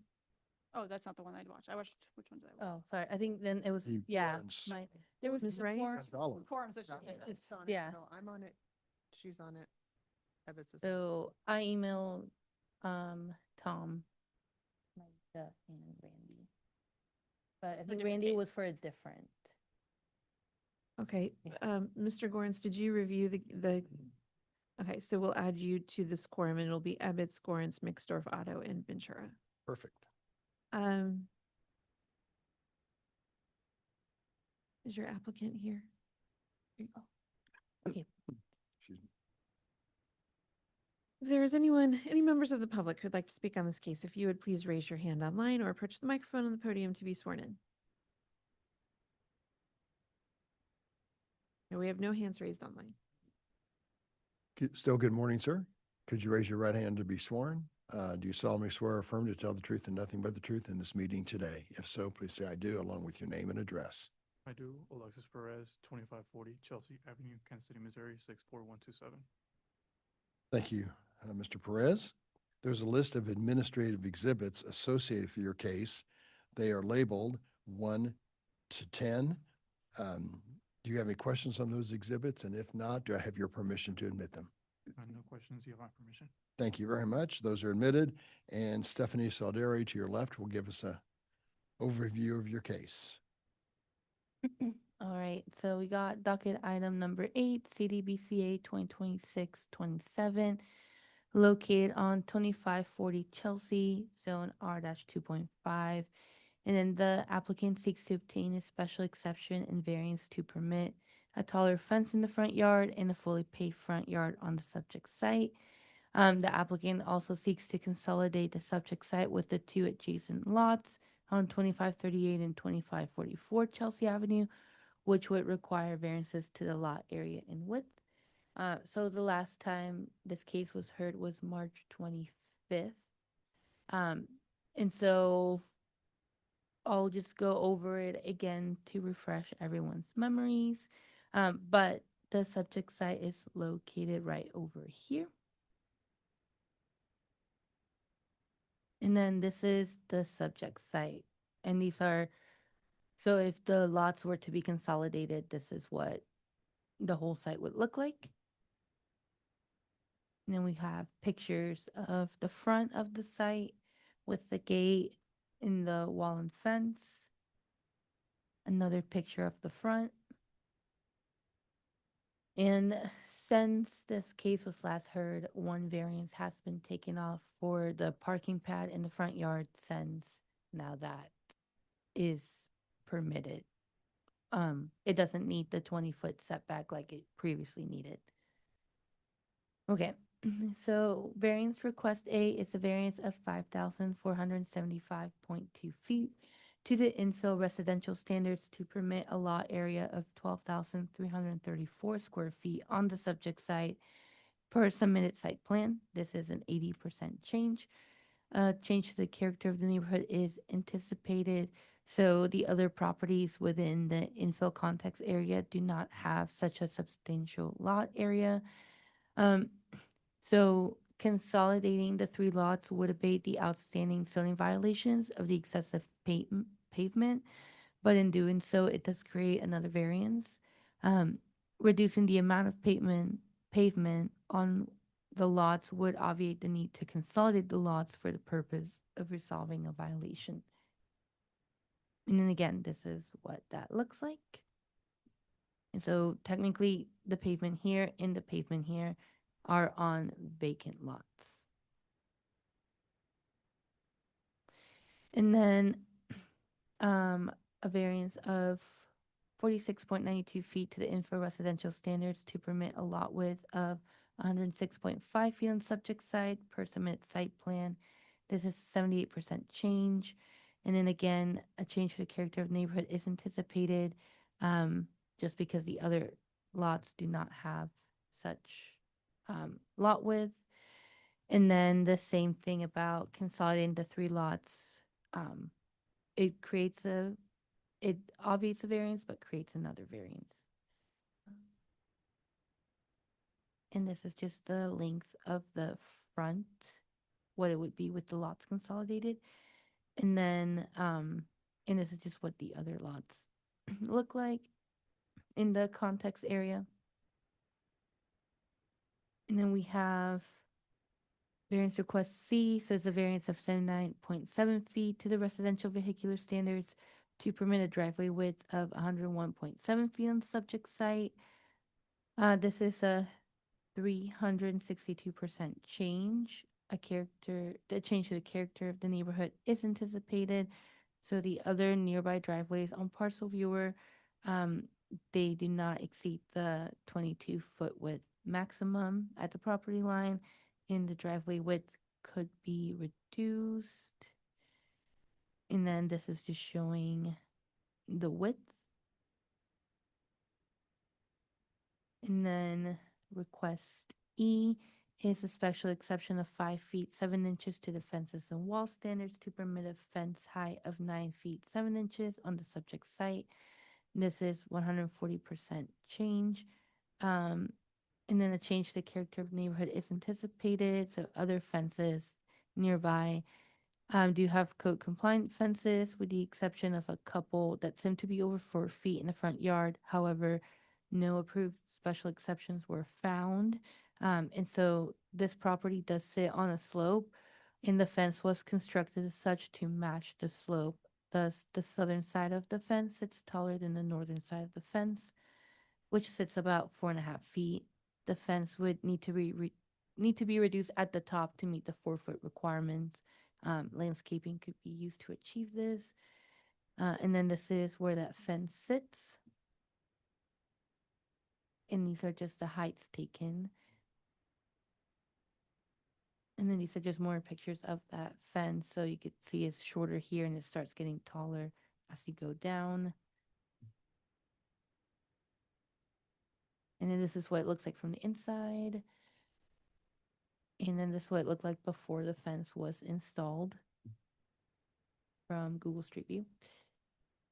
And then this is just the fence and what it looks like now. And then as I was presenting this, I forgot to realize that the board did approve a variance, one of these variances, 2 months ago, but I can't recall. I don't have my laptop with me. I also feel like there was a conversation about removing pavement and adding green space, if I remember correctly. One of the gates. Yes. Yeah, I did submit a site plan to Compass KC. Okay. I don't know if you guys I remember don't to see think that. that is in our. But yeah, so we did approve, you guys did approve the height of the fence because it was see-through with the bars. That's what And I then thought. 2538 and 2540 would have to be, all the concrete would have to be removed and then a path would be able to be made and then put grass in that site plan. And you can see like the, how it would look like. The fence would be, like the gate would be removed, so there will be only one entrance to Right. the house. And yeah, so if you guys can pull that up or I don't know if I could be able to pull it up. But We need to see that. Yeah. So. Have you done that? no, I was wanting to make sure that that was okay, that the plan looked good to you guys, so I could Is start this that. what was submitted yesterday? Yes, it was. Houses were designed and built with front yards. Mhm. So I already have court for this as well. This is the reason I came for the variance. The judge did approve this, if you guys did approve this, and he wants process to be done within the next month. So I have court in July, I believe. So he gave us 1 month to at least start it and have some process going. So that's why I'm here to see the We're variance. consolidating, Yeah, right, sir? So I've already consolidated it. It's everything's in just in one deed, so all the Right. properties should be under one address now. Would you like me to? Yeah. Yes. And that'll be exhibit number 11. Sounds like he did exactly what we asked him to do. Is this, Yeah, it's just so it would be around 29 feet long and then 5 feet wide till I could reach the stairway. But everything else would just be straight grass. I don't think we're gonna put any plants. But yeah, it would just be grass. We're gonna put at least 4 feet of dirt so that way all the pipes underneath don't get frozen over or burst in the winter. And then as well, lay fresh grass. That gate on 2538, it will be completely removed and just equal out the fence all around. And then it will just be the entrance where 2544 is and 2540 is, I mean. But yeah, that's how it would look like in theory. And the concrete pad over there would Yeah. remain, correct? Yeah, it would just be a little pass so that way the mailman can reach the mailbox. Well, I'm one board member, but I appreciate you turning this back into green space. I think that that is much better in keeping with what the code requires. So is that marked as a different exhibit? Yes. Exhibit 11. Okay. All right, so Stephanie, $100 question is what variances remained for us to consider? Can you, on today's report? How many variances remain today? Yeah. So the only one we've approved is the I need special exception, to, right? yeah, the special exception, you can ignore that one. But then now we have a lot less. So variance A and B still remain. Let's be variance C. well, now the driveway width, Less, right? is less. I'm not sure how, do you know the width of the driveway now? The one that remains? Yeah. No, I would not know that Okay. off the top of my head. And then, You know the width of that gate? The gate, it's, I didn't do the measurements, so I would not know that. I would be able to get them, but and email them to you guys, but I wouldn't have them like on hand right now, as I only measured what the proposed path would be, and then how long the area is right now of 2538 combined with 2540. Besides that, I don't have the Based on the site plan, it looks like there's not gonna be a driveway on two of the lots. yeah. It's only So gonna be on one lot. the only concrete that would remain would be on 2544.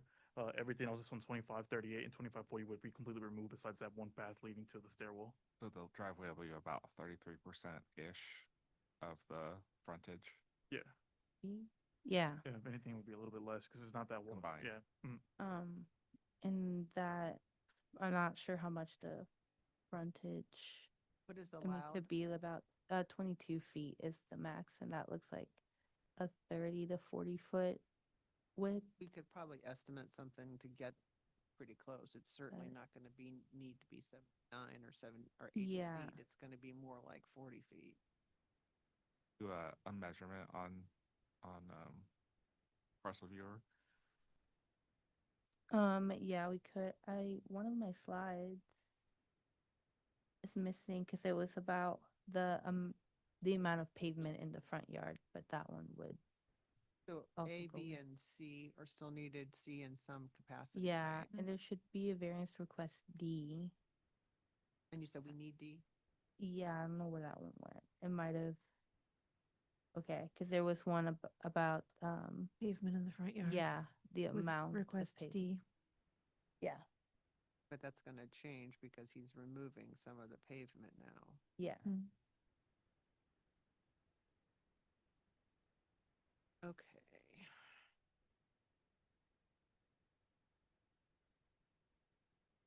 What's the width of each lot? Do we know?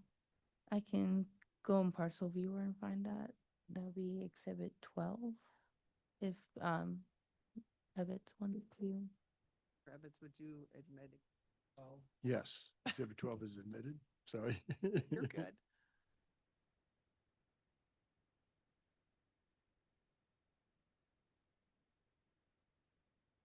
Let me share my screen.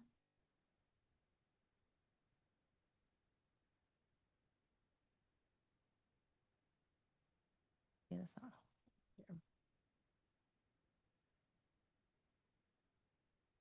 So this one is 35.2 feet. The other one above. The one above. Oh, I'm sorry. 38. Read those out again and I'll write them down. Sorry. Oh, okay. So, well, this one is the southern lot is 38.3 feet. So that would be the driveway, right? Yeah. Okay. And then do you want the house? This one, Yes. the lot that has the house on it was 35.2. Okay.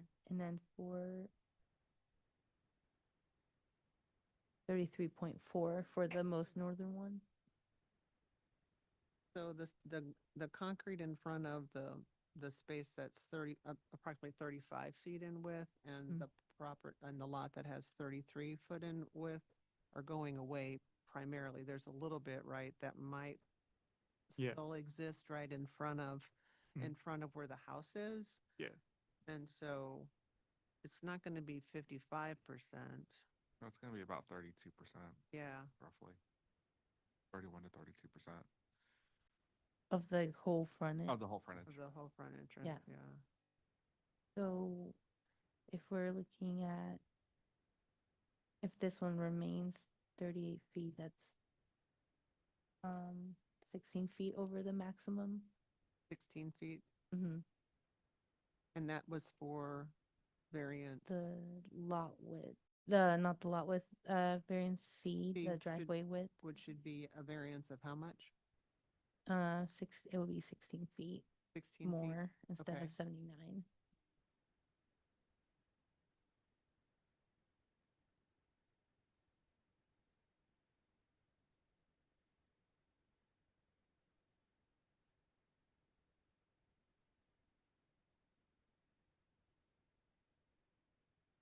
Variance D goes away, right? Because he's grassing all that in.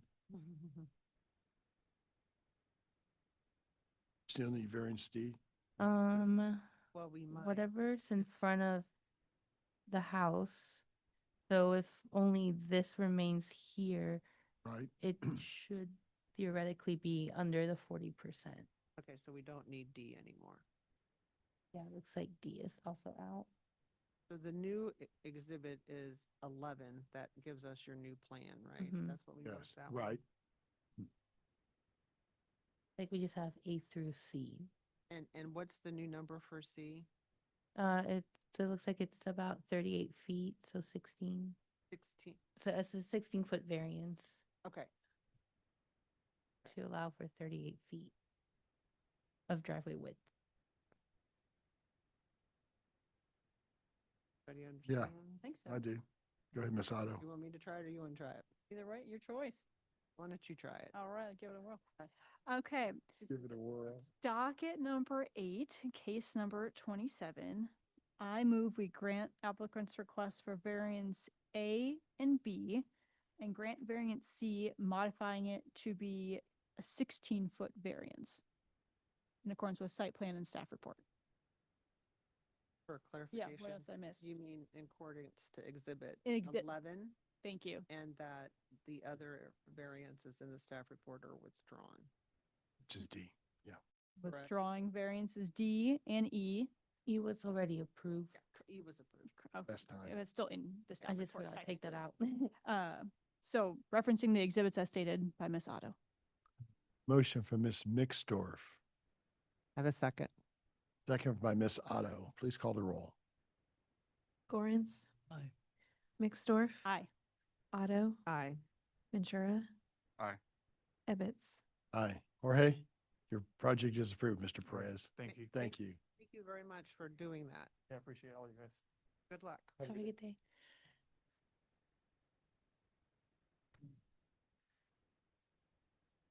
Okay, docket item number 9 is case CD BZA 2026-65. A request to approve a variance to the accessory use standards to permit an ADU, accessory dwelling unit, in an R6 zoning district, plus any other needed variances on about 0.4 acres generally located at 2122 Pendleton Avenue. Liz Collins is the staff planner for this case. If you are the applicant or a member of the public who would like to speak on this case, please raise your hand online or approach the microphone on the podium to be sworn in. We have 2 hands raised online, so Jesse Witt, Mm-hmm. I'll promote to panelist, and Bryce Young, I'll promote to panelist also. Jesse Witt's the applicant. So, Yes. Mr. Young, you're interested in this case for? Well, he's still Still thinking rejoining. About it. Yeah, got to give them a minute to Yep. switch over. Bryce Young would be the architect associated. Okay, thank you. with If you could please both turn on your cameras and microphones to be sworn in. There are no other hands raised online. Great. I'm going to swear both of you in when you, do you solemnly swear or affirm to tell the truth and nothing but the truth in this meeting today? If so, please say I do along with your name and address. Let's start with Jesse first. Microphone, Jess. Yeah, there, okay, so Jesse, do you agree? And state your name and address, please. Yes, I agree. Jesse Witt, 2122 Pendleton Avenue, Kansas City, Missouri, 64124. Great. And Mr. Young, I think it was, the architect, yes? No, I can't call myself that yet. I am Associate AIA, Bryce D. Young, and I do attest that everything I say is true. Okay, great, thank you very much. Who's speaking on the case, Bryce or Jesse? I could speak on it. I'd be glad to. Okay, great. There are a list of passion project. administrative exhibits that we need to admit to hear your case today. They're labeled 1 to 9. Do you have any questions on those? And if not, do I have your permission to admit them? Of course, totally fine. Thank you. So those are admitted, and part of that's a presentation by Liz Collins on your case.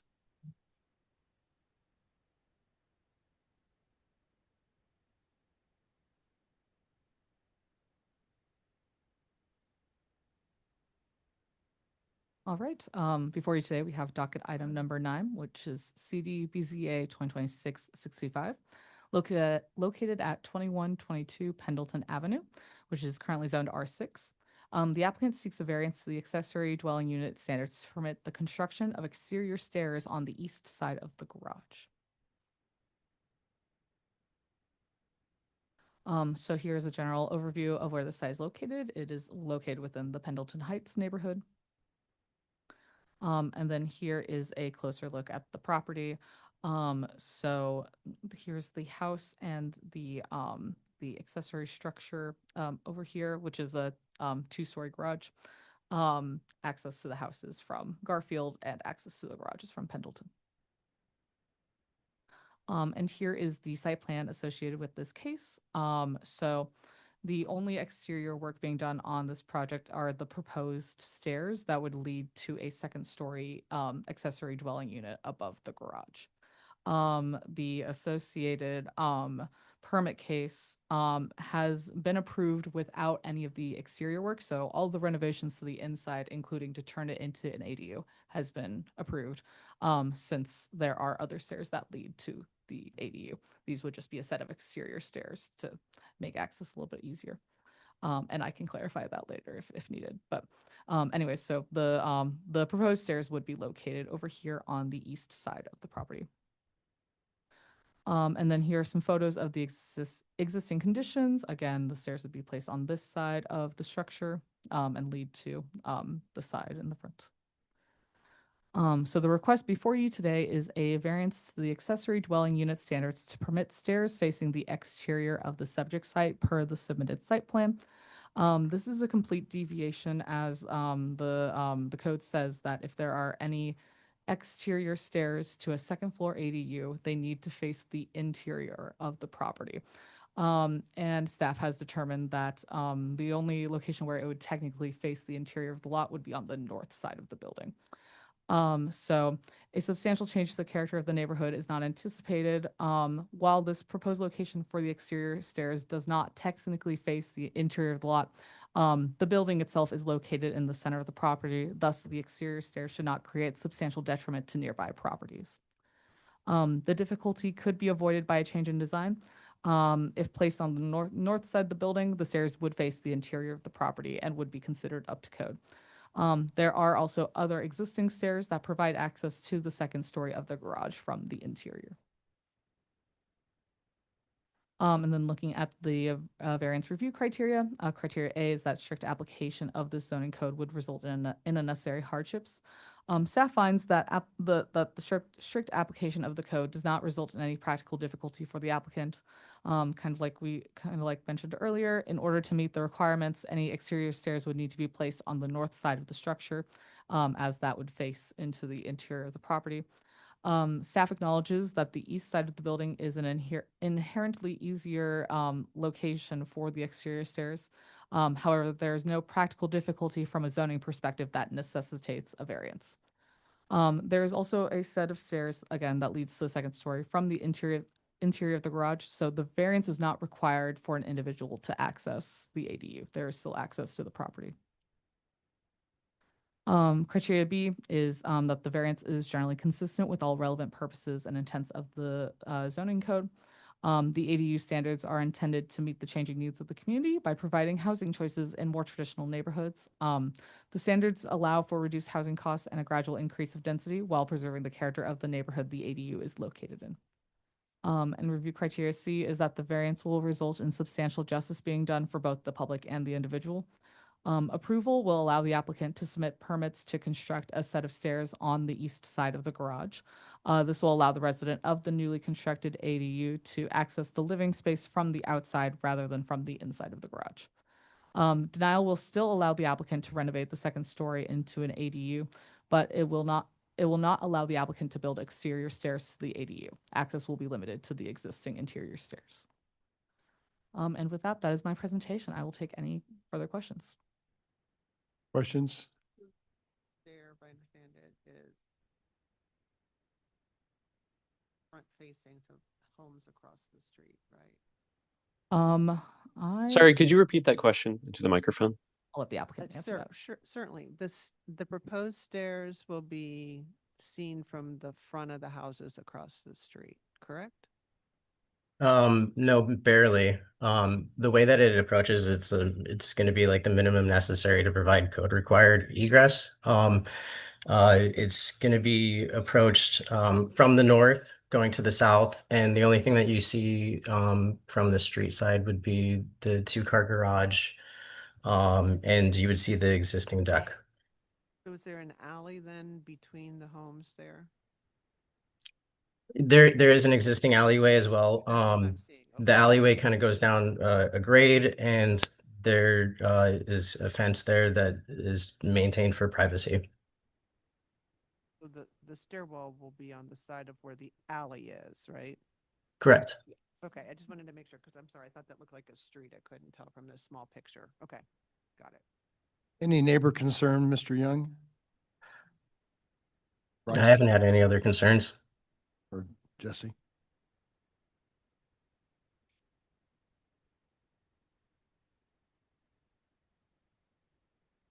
Not that I've been made aware of, no. All right.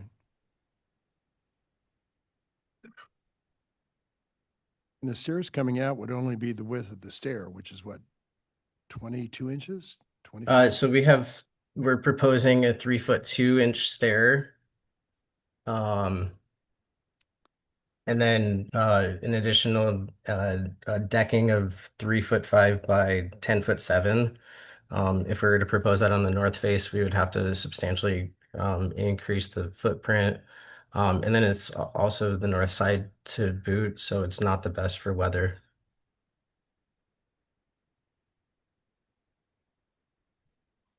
And have you explored adding this to the north side? I have, but there's more foundation that's going to be needed. There's more decking, and then we have to wrap around the deck even more than the proposed 10 foot 7.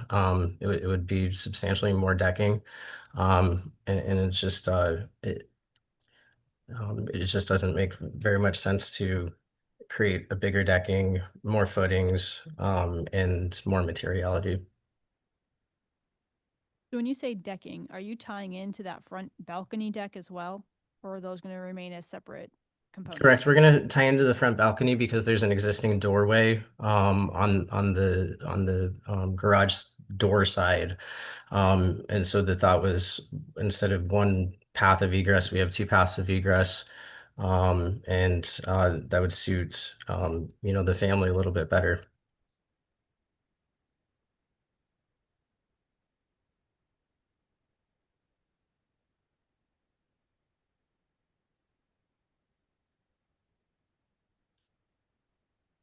And I think you said you exit the stairs to the north. So when you come off that deck, the stairs will go down to the north of the house. Correct.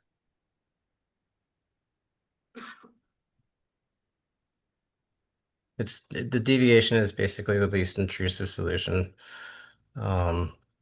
He's already got to do some fireproofing of the ADU, so he already has substantial work that's going on the other side of the property. So I just didn't want to overcomplicate it for them.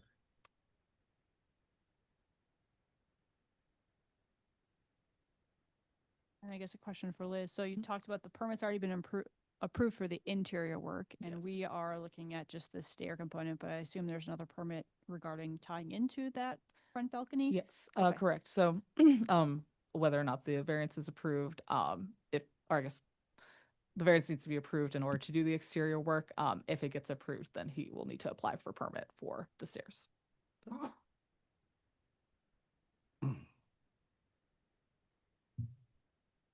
Any other question, board members?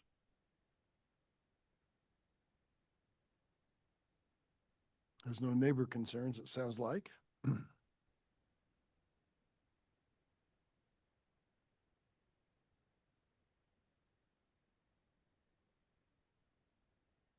Gigawatt solar panel in the back.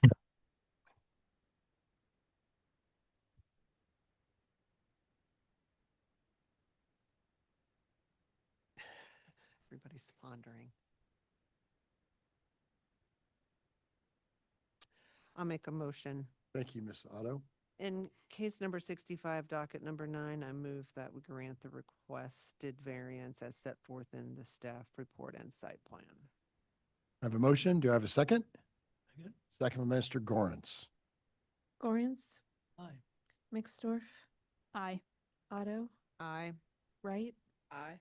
Ebbets. Aye. Your project is approved, Bryce and Jesse. Good luck with it. Thank you for coming. Thank before you, guys.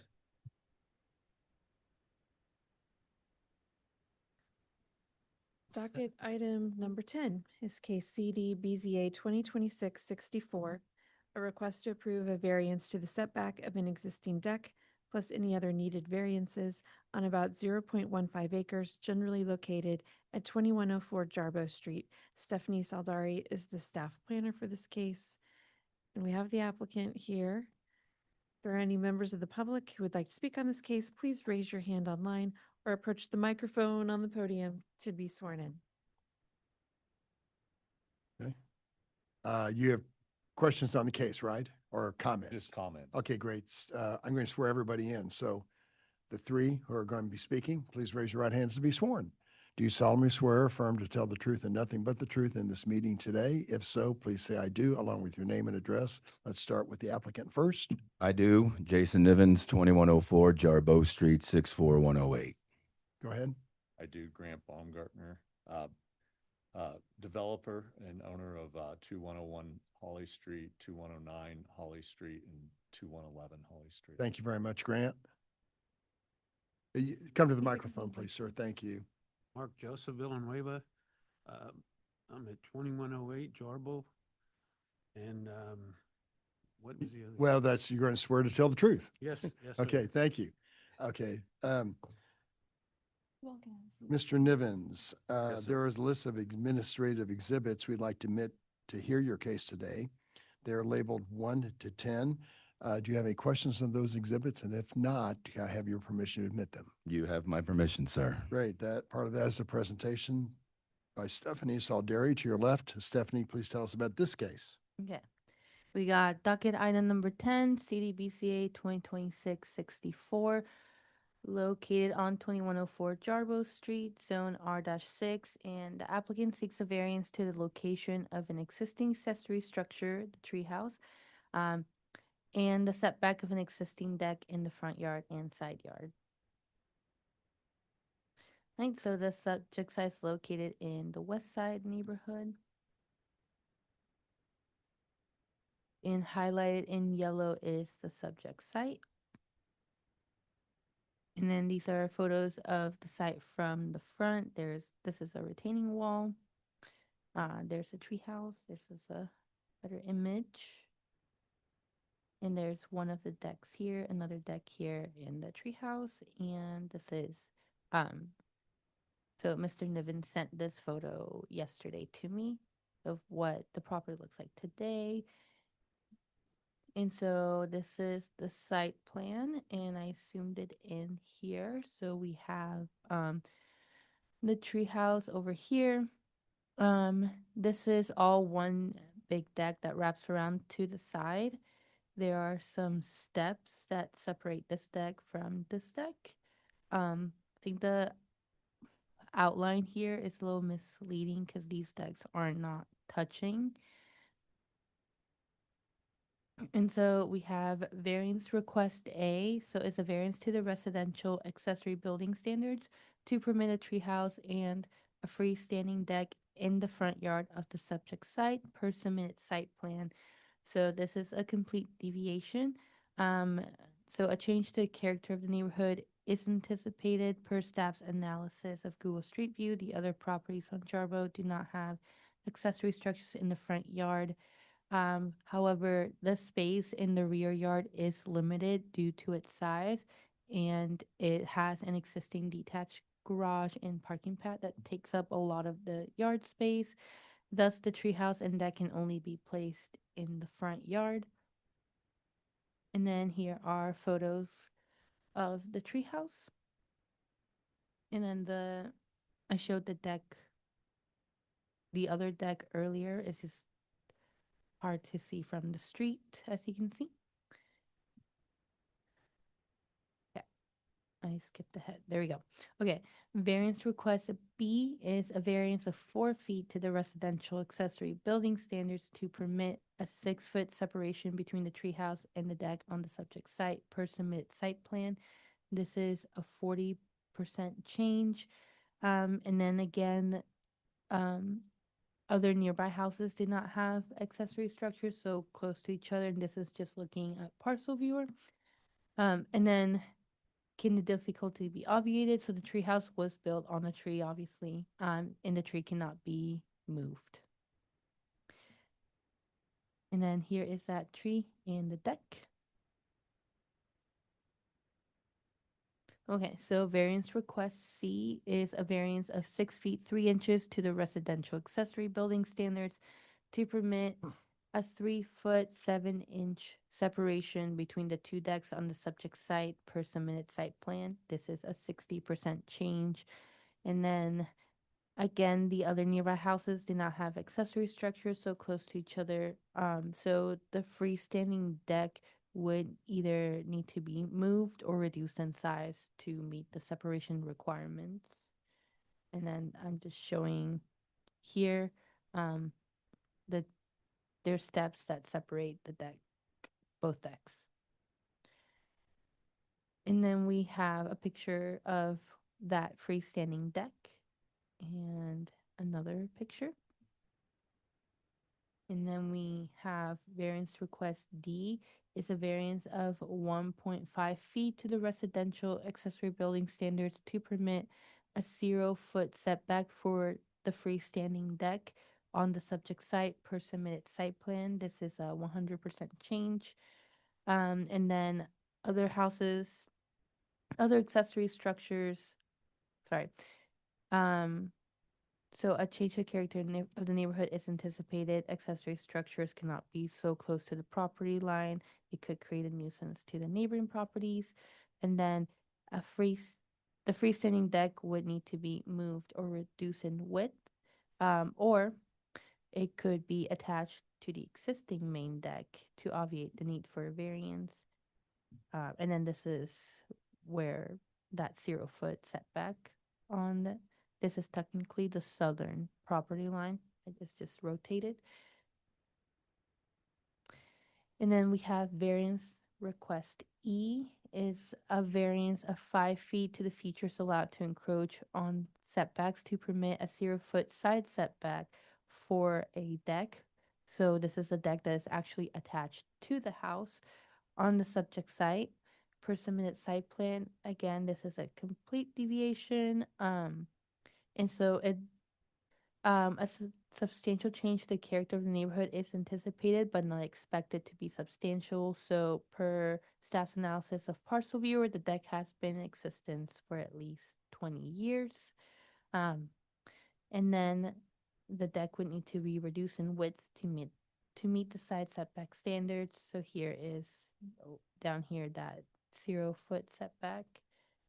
And then this is a picture of parcel viewer from 2022 that shows kind of the shape of the deck a little better. So I did my best in outlining, but there's like a lot of trees on the property, so it is hard to see the exact shape. And then this is our last one is a special exception of 2 feet to the fences and wall standards to permit a 6-foot tall fence on the subject site per submitted site plan. This is a 50% change. And so the nearby properties don't seem to have 6-foot fences in the front yard per Google Street View. The height could be reduced and landscaping could be used to achieve the desired privacy. And so the fence goes all the way back, but part of the fence, which is the orange lines, are in front of the house. So that's the part where the special exception comes in. And this is a photo of the fence. And then I did forget to mention a little bit of history. I think some of you might remember this case coming before you in January as an appeal. It was a 311 case at first, and then Mr. Nivens came in for an appeal. And then the board determined that he needs a variance, not the appeal. So that is why we're here today. Okay, questions?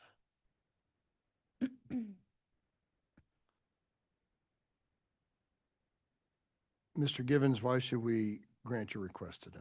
Nivens, excuse me. Mr. Nivens, why should we grant your request today? Well, ultimately, for which pieces, since there's obviously a lot to unpack, we are not right on the corner of 21st and Jarboe. We are the second house over. It is a very busy intersection. People also attempt to turn down our street all the time to exit the west side, even though it says no outlet. I've got 2 kids. I've got a 4-year-old daughter. I have 3 kids. My stepdaughter's 17, so she's, but my son is 8.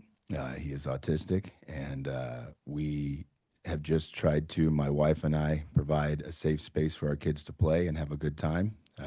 Seeing as Mom and I both come from broken homes, we want to do better for our kids than what we had. In regards to the tree house, from the images, it looks like it's a massive tree house. That's far from the truth. It's more of a crow's nest. It is 4 feet by 4.5 feet. It sits barely 8 feet off the ground. It is in a Bradford pear tree, which, if you know anything about Bradford pears, they are one of the weakest trees out there. Yeah, I just, in fact, spent all weekend cleaning up 3 branches that broke off of in our back alley area. So he came to me about 3 years ago in regards to the treehouse, and because he had seen one in the neighborhood and wanted one. I don't know if any of you are familiar with neurospicy children. When they get an idea in their head, it is there every day, all day, until we go through with the whole thing. So I built him a treehouse / crow's nest, pirate's mast, as both of my children are pirates in their playtime sometimes. So obviously the treehouse is important for their play. We have a very unique land situation where it is just nothing but slope and rock. We're built into the hillside of 21st Street. I don't know if you're familiar at all with it. It used to be called Reservoir Hill. It is a huge hillside, and 75% of our home is built into the earth. It's a California hill home is what it's described as. We don't really have a backyard, so the only place to put that treehouse was in the front. Miss Stephanie showed, so that's my feelings in regards to the treehouse. It's a place where he also goes when he's stemming to help soothe himself. The south fence that was there, there's 2 parts to it. The main part to it was there when I moved in roughly 16 years ago on Halloween. That was there when I moved in, along with the main deck that's connected to our house. So both of those were there. That was part of the allure of moving in, was this beautiful deck out front where I can overlook the city. I watched the fireworks spectacular at Liberty Memorial from there over the weekend. There is a secondary deck to that deck that was put there when the secondary fence, excuse me, that was put there when the secondary deck was made 10 years ago. That was designed to have a wooden swing that my wife had been carrying around for a long time that belonged to her when she was a kid. And so we put that there as a place because, again, it was just rocks and slope, wasn't really a safe place for a kid to play. And my stepdaughter at the time would have been, this was 9 years ago, so she would have been 7, 8 years old. And so we built that there for the wooden swing. And then a bit of a side note, my brother was an expatriate living in Mexico. He moved back to Kansas City 9 years ago, was staying with us for a long time, for about 6 weeks or so. And him and her would sit on that front deck and overlook the city and just talk about life. My brother committed suicide 9 years ago. And so that secondary deck really it's a place for my kids to play. It's kind of a memorial to my brother. And there's also a rope swing attached to a tree there. Again, it's where my kids play because there is no real front yard. It's just rocks and a slope. And then the north-facing fence, this is the one that seemed to be a source of contention with Judge Wilcher when I was called in front of him earlier this month, I believe. Initially, when I moved in, I put in a 4-foot fence. And then over time, old neighbors that lived there, they had a handful of pit bulls, and they started chewing through the fence. 2 of them showed up in my yard. And so I put up the 6-foot slats to keep those dogs from seeing into our yard and, again, help protect my kids and provide privacy for the neighbors over there. So,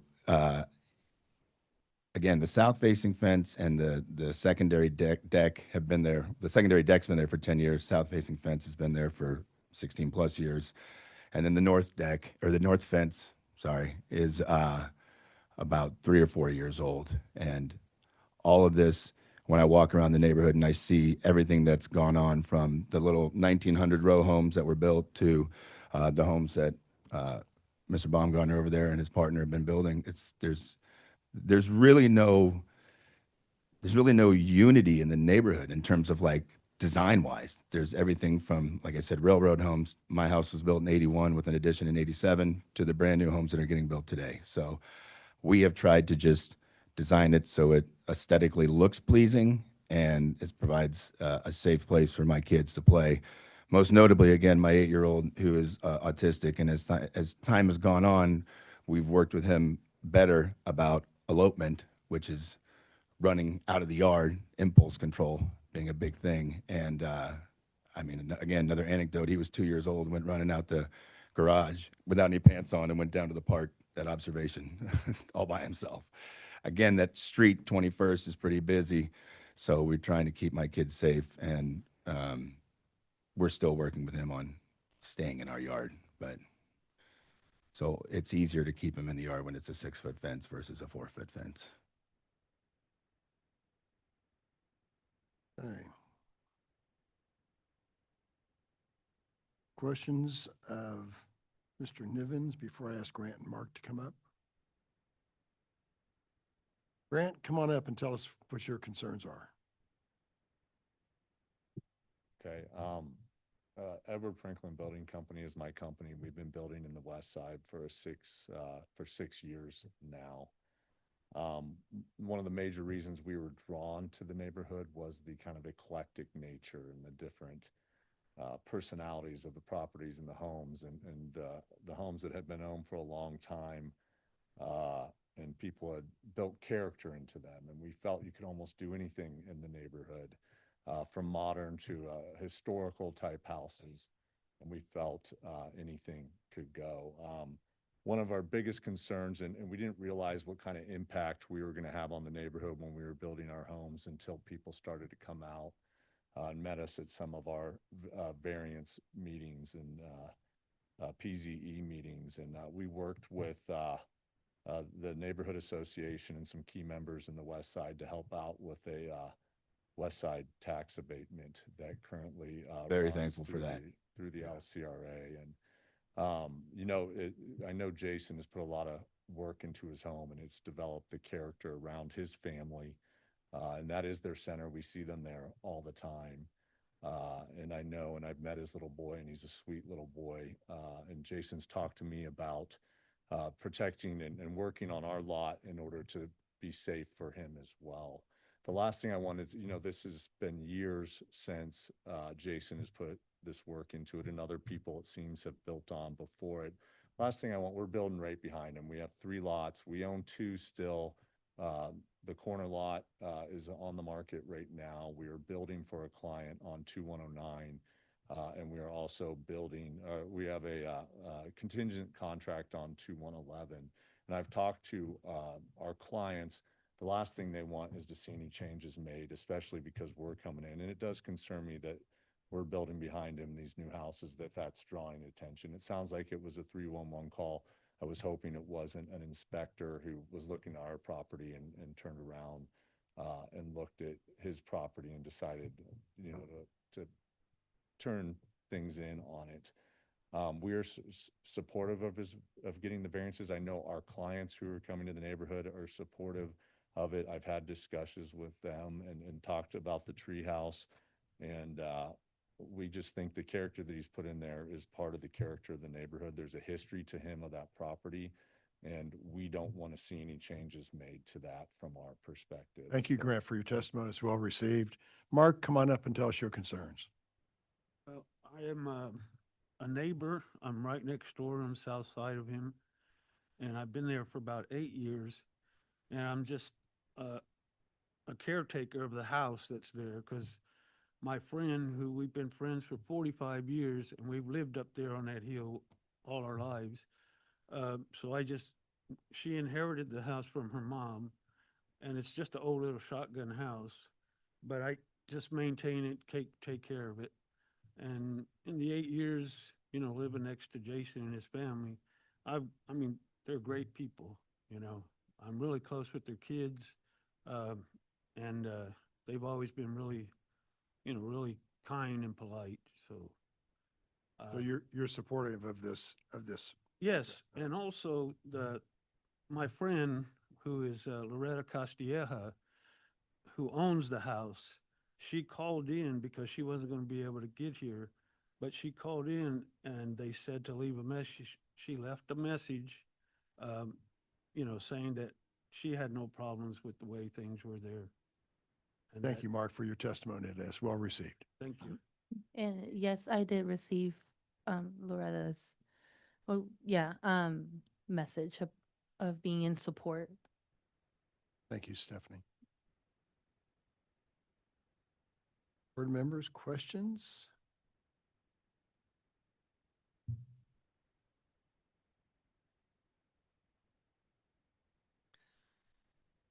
A lot going on there. Um,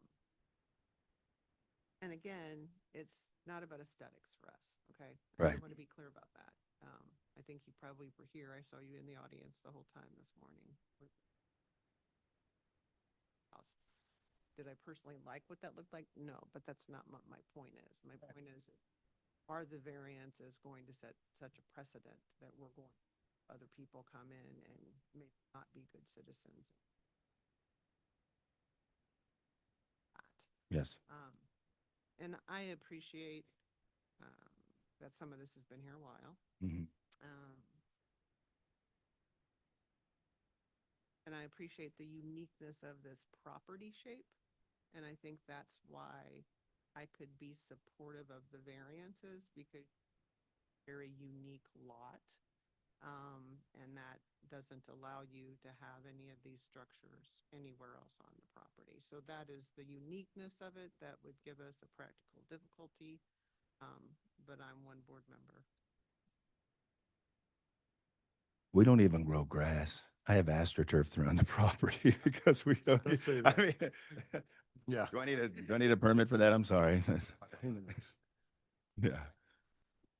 I'm one And board and a 4x4 doesn't seem offensive to me personally. So, It's and under especially for the 20 square children. feet, you know. And you have neighbor support, which is very important. Yes. I do want to mention because of the size as they stand right now, they do not need permits for the decks or the treehouse because they don't meet the minimum to get a permit. If there's not other comments, I have a motion. Go ahead, Ms. Otto. In docket number 10, case number 64, I move that we grant the requested variance stated in the staff report. I have a motion by Ms. Otto. Do I have a second? Second. Second by Mr. Gorens. Gorens. Aye. Mixdorf. Aye. Otto. Aye. Wright. Aye. Ebbets. Aye. It's all approved. Thank you. One quick question.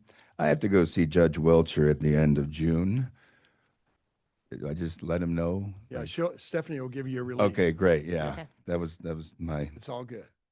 thank you, everybody. You sound like a great dad, too. Man, I love my kids, you know, just trying to do right. Thank you very much. Hey. Docket number 12. Docket number 12 is case CD BZA 2026-33, a request to approve a variance to monument signage code requirements on about 8.06 acres generally located at 4800 Northwest 88th Street. Connor Tomlin is the staff planner for this case. We do have an established quorum, and we want to add a fifth member since Mr. Meyer is not here. Ms. Otto, have you reviewed? Oh, yes. Yes, okay, so we will add you to the quorum. It will be Ebbets, Gorens, Otto, Ventura, and Wright. Perfect. We have Claire Ashbrook has been promoted to panelist. If there are any other members of the public who would like to speak on this case, please raise your hand online or approach the microphone on the podium to be sworn in. Claire, can you hear us? You need to turn on your microphone, please. Yes. Can you hear Okay, me? perfect. Please raise your right hand to be sworn. Do you solemnly swear or affirm to tell the truth and nothing but the truth in this meeting today? If so, please say I do, along with your name and address. I do. Claire Ashbrook, 1701 Oak Street. I am acting as the architect for this project. Thank you very much, Claire. There is a list of administrative exhibits associated with your case. They're labeled 1 to 10. Do you have any questions on those exhibits? I do not. You may share them. Yeah, so can I have your permission to admit them? Yes, sorry, Thank you you. may admit them. Thank you. Those are admitted. Mr. Tomlin will tell us about the case. Okay, there was something going on with the screen. We were trying to get that sorted out. It's okay. Okay, let me share my screen really quick.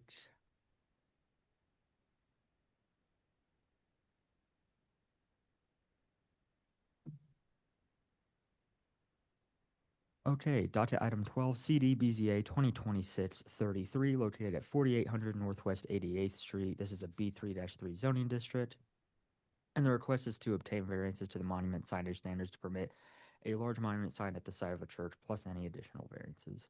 The general location, with a closer look here in yellow, just north of 152.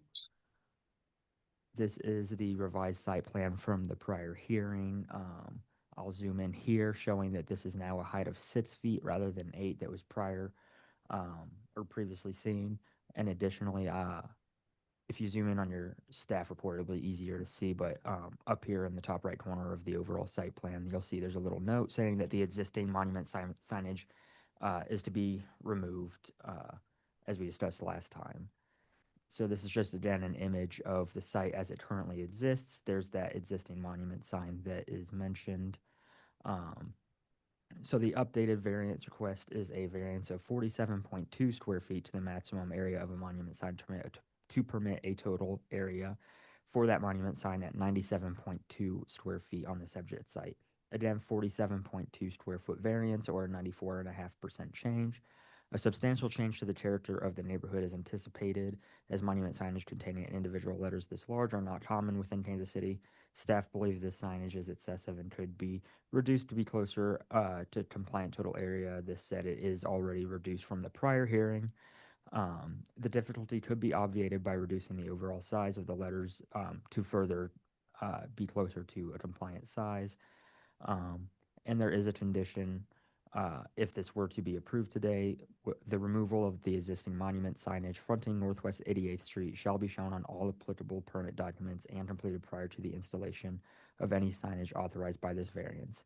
And again, I just want to highlight that under the definition of a sign in the Zoning and Development Code, this is considered signage rather than an art installation. And that completes my presentation. Thank you. Any questions, Mr. Tomlin? All right. Why should we grant your request today? Sure. May I share my screen? Perfect. Thank you. Will be exhibit 10, or 11, excuse me. Can you see my screen right now? Not yet. Not just yet. We see you. Can you see it now? Yes. Okay. Thank you.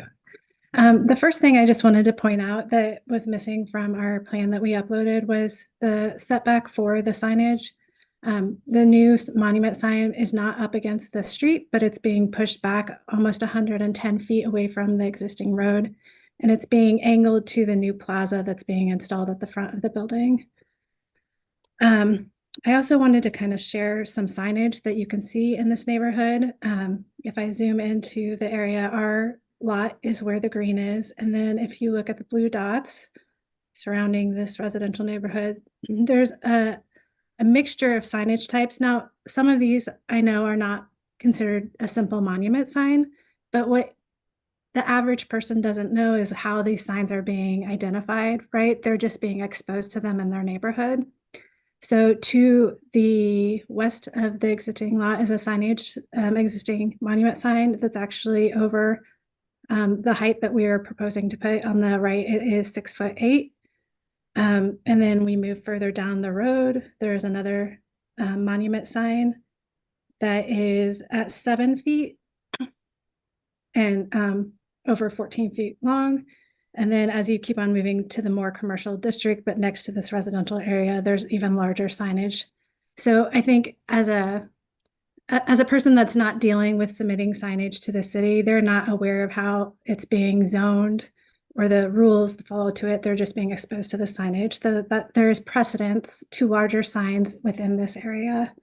And then as Connor pointed out, this is an individual lettered sign. And although you're not seeing this all over Kansas City, there is precedence within the city of signage being installed similar to what we're requesting.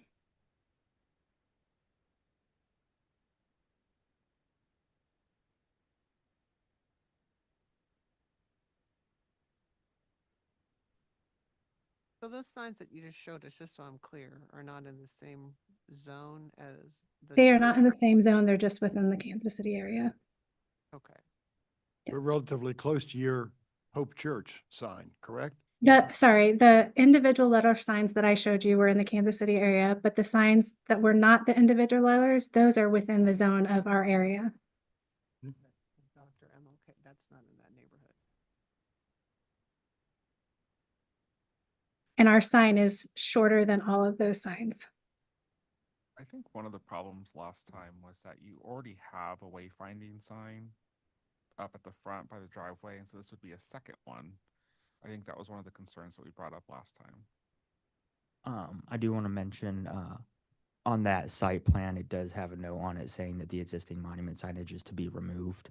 I just have that condition on there just to reinforce that. So will this be the only monument sign then? Is that what you're saying, Connor? Yes, as proposed within the plans provided, this would be the Hope sign before you today would be the only monument sign on the site. And did I understand the site plan correctly that it's not going to be facing any street? It's going to be facing an internal plaza? So it would be closer, like behind these trees on this image. Let me share my screen actually, Yeah, just if so. you can, I mean, that's what I'm having a hard time visualizing. If someone can explain that better, that'd be helpful. Yeah, so it would be more or less behind these trees here. On their site plan, they have it labeled here. And if we go to the aerial image, just to give a reference, it would be more or less facing like right about there. And are there wall signs on this church? I'm sure there are, but that would probably be a better question for the applicant. Yeah, that's my question for the applicant. Yes. Do you have wall signs on the structure itself? Yes. So if behind that Hope flag sign, there's an address on that corner. Oh, yes, I can kind of see that. Yep. Mhm. And then on the awning, which is next to where this Hope it says right there, it says welcome.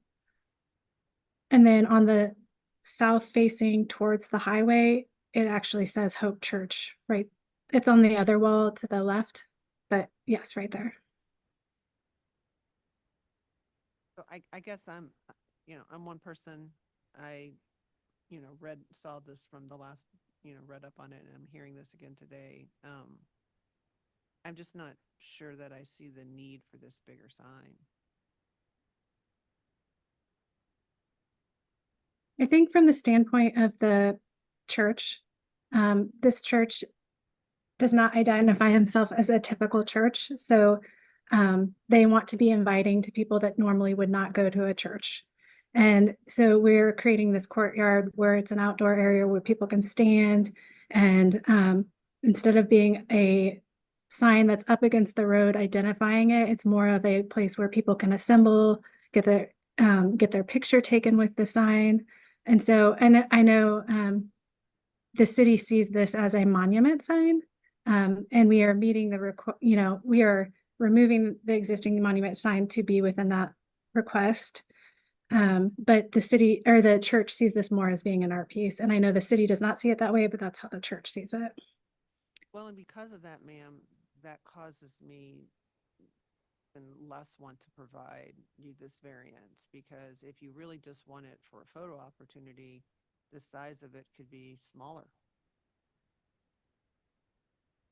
Telling me that's really what the church's intent is with this. It's not, it's for a courtyard. And so you're not, in my mind, giving me reasons or the need for a variance because you're using it not as a sign. And so I'm even less inclined to grant what you're asking. Yeah, I think last time, I think it was a representative from the church, right? That came before us last time, and his explanation, if I remember correctly, was that it was kind of for lack of a better phrase, I think he said to give hope, right? That was the point of it. It's not to give individuals an understanding of the location that they're at. They're just wanting to build this to be used for, I think, what you've explained today, which is photos And I do think that it is identifiable in the sense of when you're in front of the building, it does tell you where you are. So when you've come, you know that this is Hope Church. And again, there is precedence in this area that signage has been installed that is over the limits. So we're not pushing something beyond what hasn't been approved, what appears to be approved before. I think one of the things, if I remember correctly, again, that we told the church last time was our concern about the precedent this sets for school districts. Because I think we discussed with the applicant that a lot of school districts come before us asking for something very similar, and we have had to continuously deny those because they don't comply. And I think what we had alluded to last time was that we wanted to have a little bit more of a reasoning behind this because we don't want the school districts to see that we have granted this for the church and then come back asking for theirs to be reconsidered or approved. And I think I know it wasn't you, I know it's the applicant, but I also think that he said that they were going to look to see about where to put it. And I appreciate that it has been moved further back. I think one of the things that he said was that they would consider maybe moving it to one of the courtyards or something behind the building. Was that considered? Do you know? When we first designed this project, we were looking at adding on to the building and changing where the entrance of the building was going to be located, and that has been pushed off. And so eventually, the hope is that the entrance, instead of being on the north side of the building, where it is right now historically, would be shifted towards that center courtyard. And with that, a new awning would be put into place, and the hope would be incorporated into that. But at this time, that's a phase 2 that's beyond this phase of the project. And so that's why this location was selected, where it would still be at the main entrance. There is a possibility, if it would be considered as a means to get this approved, to shifting it from the north side of the awning to the south side. But to do that, instead of being facing at an angle kind of away from the road, it would be facing the front of the building. So the front of the sign would be facing east. And when I spoke to Nick about the last hearing, my understanding was it sounded like the oversized letters was going to be a concern and you guys had turned schools down. So we shrunk it down to the allowable height. But because the spacing of the letters, it extends it out past the width. So we're within the height limits.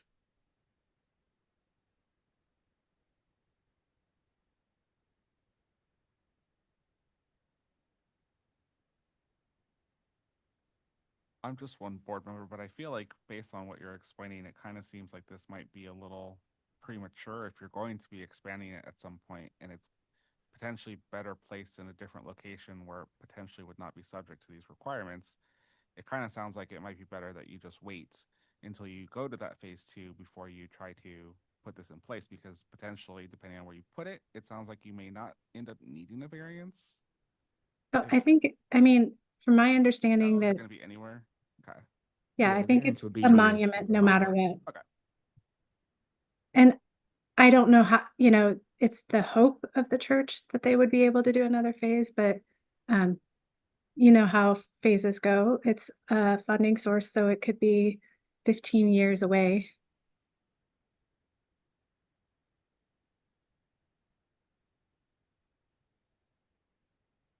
Well, I appreciate you reducing the height to 6 feet.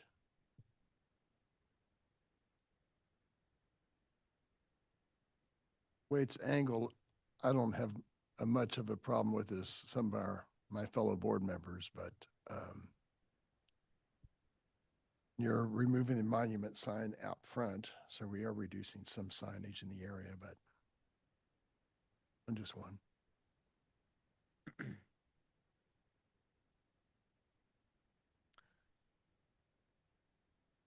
Still almost 100% change. Yeah, I agree.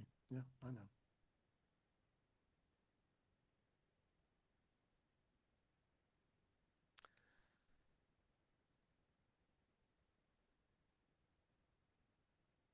I would say, just as myself, as one board member, my concern is creating this precedent for school districts. We've been very consistent with telling the school districts that they can't have this type of thing. And I don't know that it would be fair, really, to them, because in fact, I think we have a school district coming back before us in a couple weeks where they've had to amend theirs. So that's just my thought on it.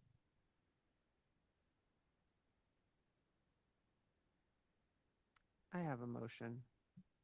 Please, Ms. Otto. In docket number 12, case number 33, I move that the request for variance be denied. I have a motion from Ms. Otto. Do I have a second? Second. Second from Mr. Ventura. Gorens, Aye. Otto, Aye. Wright, Aye. Ventura, Aye. Ebbets. No. Unfortunately, your request is denied. Thank you very much for coming before us today. I do have a quick question. I think that might be best directed towards Connor Tomlin at this point. Okay, thank you. I'm sorry, we're just on a time crunch right now, so thank you very much. Docket item number 13 is case CD BZA 2026-63, a request to appeal a notice of violation related to a junk or salvage yard on about 0.65 acres, generally located at the southeast corner of Colorado Avenue and East 58th Street, specifically at 5811 Colorado Avenue. Larissa Chomby is the staff planner on this case, and we have our applicant here. If you are a member of the public who would like to speak on this case, please raise your hand online or approach the microphone on the podium to be sworn in. Hands? We do not have any hands raised online. Good. We're losing one board member, but we still have our 5, so we're good to go. Let's see, sorry, give me a second here. I'm trying to catch up. Frank, is that you? Great, sorry. Raise your hand. Do you solemnly swear or affirm to tell the truth and nothing but the truth in this meeting today? Help me God, I will. Thank you. Part of that, part of this deal is, can we admit the exhibits associated with your case? They're in Yes. table 1 to I'm 11. not sure what they are, but I'd like to see them, but I guess it's. Well, they're kind of standard exhibits, Okay, and you would have all had right, the that's opportunity to fine. look at them before. All right, But so you're okay with us Yeah, admitting them? it's fine. Okay, thank you. Part of that. is Nothing a- to hide. Yeah, okay, thank you. Part of this is a presentation by Miss Larissa. All right. Good afternoon, Larissa Chomby, Development Management Division. I'll share my screen and we can get started.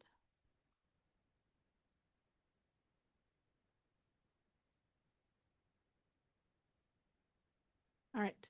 This is CDBZA 2026-00063 for 5811 Colorado Avenue. This is the subject location in the southeastern part of the city. And then a closer look at the site. It's on the southeast corner of Colorado Avenue and East 58th Street. This is an appeal to a notice of violation related to a junk and salvage yard. This entire area is zoned M3-5. And then just some historic pictures from the parcel viewer. So on my left, it's the orthographic image from 2008, and then from 2018 on the right. The initial investigation took place on March 13th. Sorry about that typo on that screen. And so these first couple slides are just of what the initial investigation found. you can see that there are vehicles in various states of disrepair, tires and other waste items on site. At this investigation, the property owner was on site and spoke to the investigator, and they did discuss the need to apply for a special use permit. The property owner did apply for a pre-application meeting, and that was held on April 3rd, where we discussed the requirements for a special use permit. We also discussed the use of the site and how the use of the site aligns with the junkyard/auto wrecking use in our zoning and development code. On April 6th, the investigator went out again to the site, and you can see that the site remains as it was on that March 13th date. And then there's just a few more pictures showing the waste items and some tires and various vehicles that look like they've been on the site for multiple years. The notice of violation did go out on April 8th, and again, that was to did own, lease, or maintain a premise which is being used as a junk/salvage yard in a district zoned M3-5. That use is first permitted in an M3 zone district with a special use permit. And so just a couple definitions, they're located on your screen. I will read through just a couple of them, but I wanted to mention that in the application for the appeal and attached to your staff report, I think as Exhibit 10, the applicant did state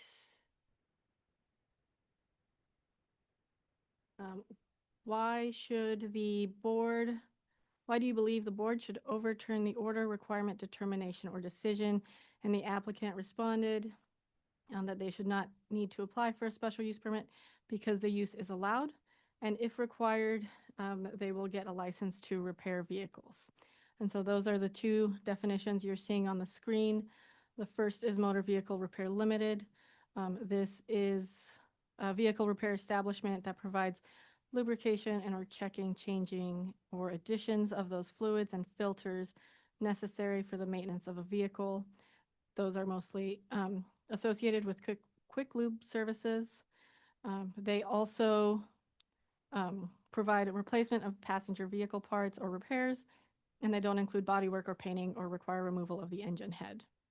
And then for motor vehicle repair, that is for any vehicle repair activity other than the minor vehicle repair, and that includes servicing of commercial vehicles, heavy equipment or bodywork, painting, or major repairs to passenger vehicles.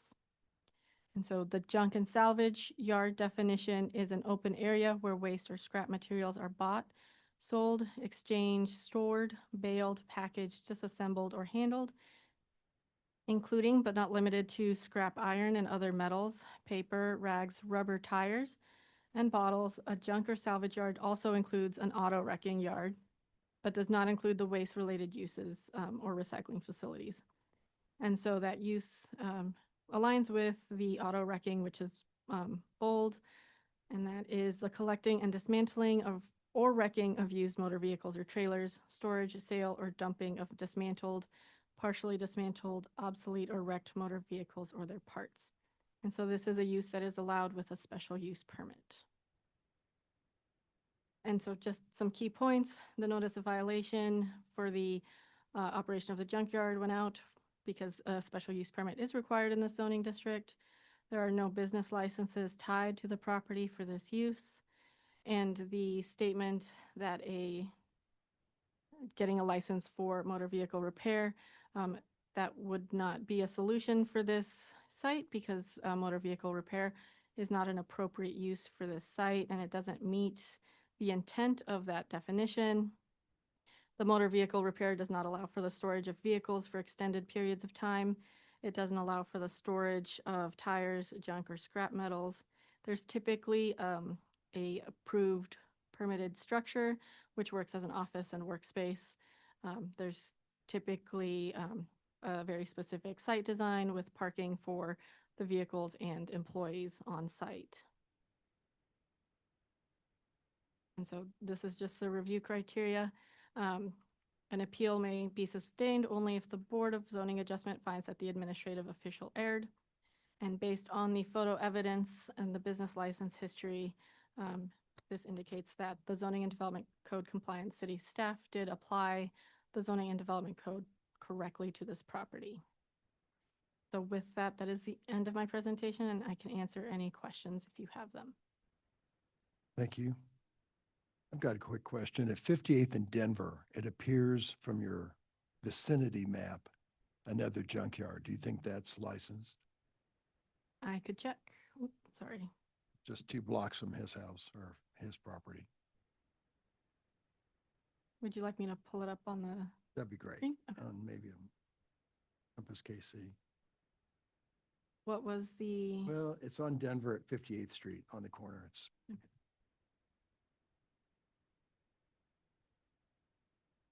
It's 58th Street in Denver. Blocks almost or more. This north. Yeah, that looks like it. Okay, let me stop measuring very quickly. So it does not, there are a few code cases on this property. The most recent one from 2025, where it is in violation. And I would have to check to see if there's any business licenses on my end. I'm not trying to get him in trouble, but I'm just trying to figure out where they are. Not how it always works. It does not appear that there are any business licenses for this address either. All right. Any other questions of staff before I continue on? Frank, why should we overturn the appeal? Well, I use the property for storage of vehicles that are the result of my businesses that I've had for 30 years. I had an automotive repair business in Kansas City, New West Service for 5 years. I had a business, Blue Springs Auto Service at 1308 Main, Blue Springs. And these vehicles are vehicles that I've acquired because people bailed on them, actually, didn't want to fix them. So some are mine to repair and others are just kind of accumulation of what I ended up with after being in the business for 30 years at another location. So I've got them stored behind the fence and, the inspector told me, if you cover the fence, you're within code. And it is a M3 zoning, which is heavy industrial. I'm in the Byram's Ford Industrial Park, which includes Vance Brothers asphalt plant. And so, I don't think I need a special use because I'm not going to operate a salvage yard or wrecking yard. I'm not in that business. I repair cars. So, as far as cleaning it up, I'm going to conform with that and cover the fencing. So you can't really see a lot of that, collection of whatever, whatever's there. So anyway, I do repair cars, and if I need to get a license to repair cars there, I think I'm within the zoning for repair general automotive in that zoning, M3. And I think I'm in within code for vehicle storage as maybe a tow lot type situation, storage of vehicles. So I'm not a wrecking yard. I'm not a salvage yard. These are cars that I'm planning on repairing mostly. So it's kind of my own personal collection, in other words. Well, to me, it looks what it was cited for. Just Yeah. that's me personally, just from Okay. these pictures. I Yeah. have not taken a site Okay. visit out there, Frank, so I don't know. Yeah, I agree. It's a mess. So, Jennifer, you're not doing any repair work on that site currently. yeah, I work on my personal vehicles there. Your personal vehicles, not vehicles that you're No. working on for others, right? No. Are you not- still operating your other locations? No, You're I've you closed it. retired? And the city bought my property on Blue Springs City, bought my property on Main Street. What's city staff's position on covering the fencing? Does that alleviate or obviate any of the issues? If staff still believes this is a junk / Regardless. auto wrecking, regardless, so that special use permit would be required. And then during the special use permit process, we would review it and go through the screening standards as well, which would require fixing the fence and covering it or providing more landscaping. Okay. So there's some context to what the investigator said about covering the fence. Okay.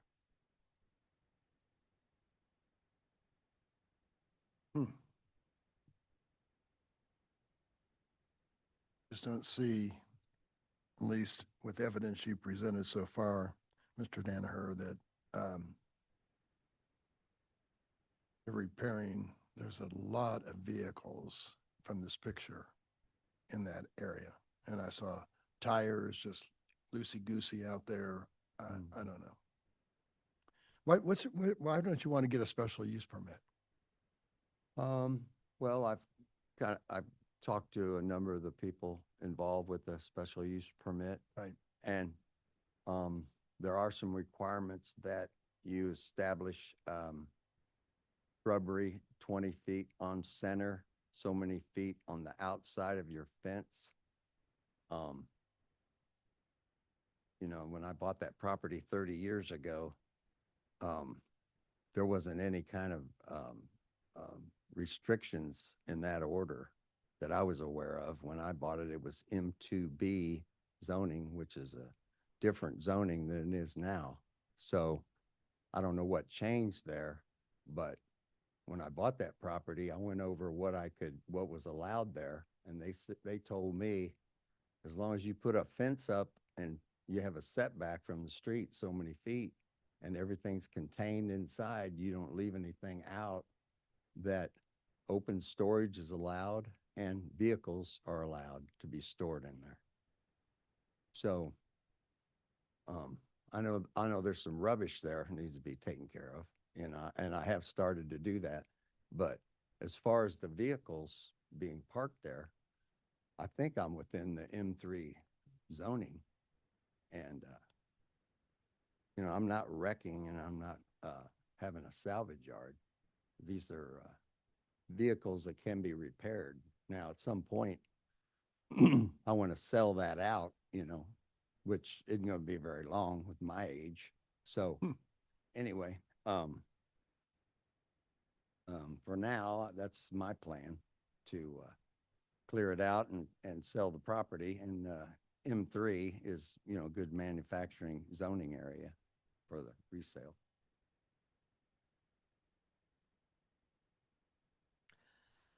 Well, sir, I understand what you're asking. I think our board has limited options based on the testimony and what you're doing there. And it seems to me that you want to clear this out and get rid of everything and sell it. So, I mean, how long would it take you to clear the property? Well, I'd say probably a year would be practical for me. Just considering that there's, you know, I have a place to go with some of them, but I was planning on having an auction. And How long does it currently, how long is the processing time for a special use permit right now? About 6 to 8 weeks if we go for a shorter timeline, and then 8 to 10 for a longer one. Was this found by a report by somebody, or, I mean, the whole area is very industrial. And so, I mean, I'm one person, but I don't know if I could give you a year, sir, but I might be convinced to give you some sort of stay of execution to let you clean it out and sell the property, but I might not agree to a year. Because you can have an auction pretty quick. well, get on a schedule Yeah, I know. with the weather, probably fall or something. Well, that's not a year from now. That's more like. Well, that's true, but it That's more like takes, 6 months. takes a while. We don't want violations to sit around forever. Sure, I understand. But I understand your situation, and that's what I'm trying to. Thank you. I'm trying to Okay. think forward, because Sure. if you really are trying to sell this, a special use permit doesn't really solve the problem. Back. And I'm thinking of another creative solution on my board, other fellow board members, but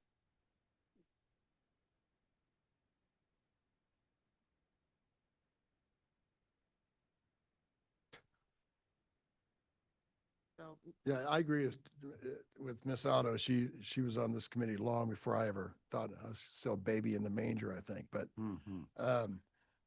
the deal is that 1 year is way too much. Okay. I'd be willing for 6 months or less, or maybe 4 months, and you come back at that point and say you just need a couple months more, but or you get the special use permit would be the other option, sir. Well, 4 months is good, and if I need to come back and for a review for more time, 6 months would be better, but that puts me in, let's see, in July, August, September, October, November, into November, 6 months. Danaher, if this board would see it in their wisdom to grant you 6 months, I don't think you'd get a continue. So you understand, meaning that. Oh, yeah. You'd have to have it cleared off. Okay. Well, he mentioned something about 4 months. Well, and right, then, that's why I'm saying to you. I mean, if it's 4 months, you're coming back here, and then you might just get a couple more months. So I'm telling Okay. you that I don't think, from what I'm hearing from my fellow board members, that you're going to get any more than 6. So if you get this, you're going to need to move. okay. Okay, Yeah, it's fine. That's my plan anyway, so that's what you said. I agree. Yeah, yeah. Okay. All right, I have a motion then, Mr. Ebbets. Thank you, Miss Otto. In docket item 13, case number 63, I move that the board deny the appeal and uphold the decision, but grant a 6-month stay of execution on this property. I have a motion from Miss Otto. Do I have a second? Second. Second from Mr. Ventura. Lawrence. Otto. Aye. Wright. Aye. Ventura. Aye. Ebbets. Aye. Good luck with the property, sir. Thank you for coming before us. Good luck. Thank you. Hope you get it all sold and move on to the retirement. With that, but Thank before I slam the gavel, Tony, thank you for joining us today down here with your internship. Thank you very much. Meeting adjourned. Recording stopped? Okay, we're good. Thank you, everybody.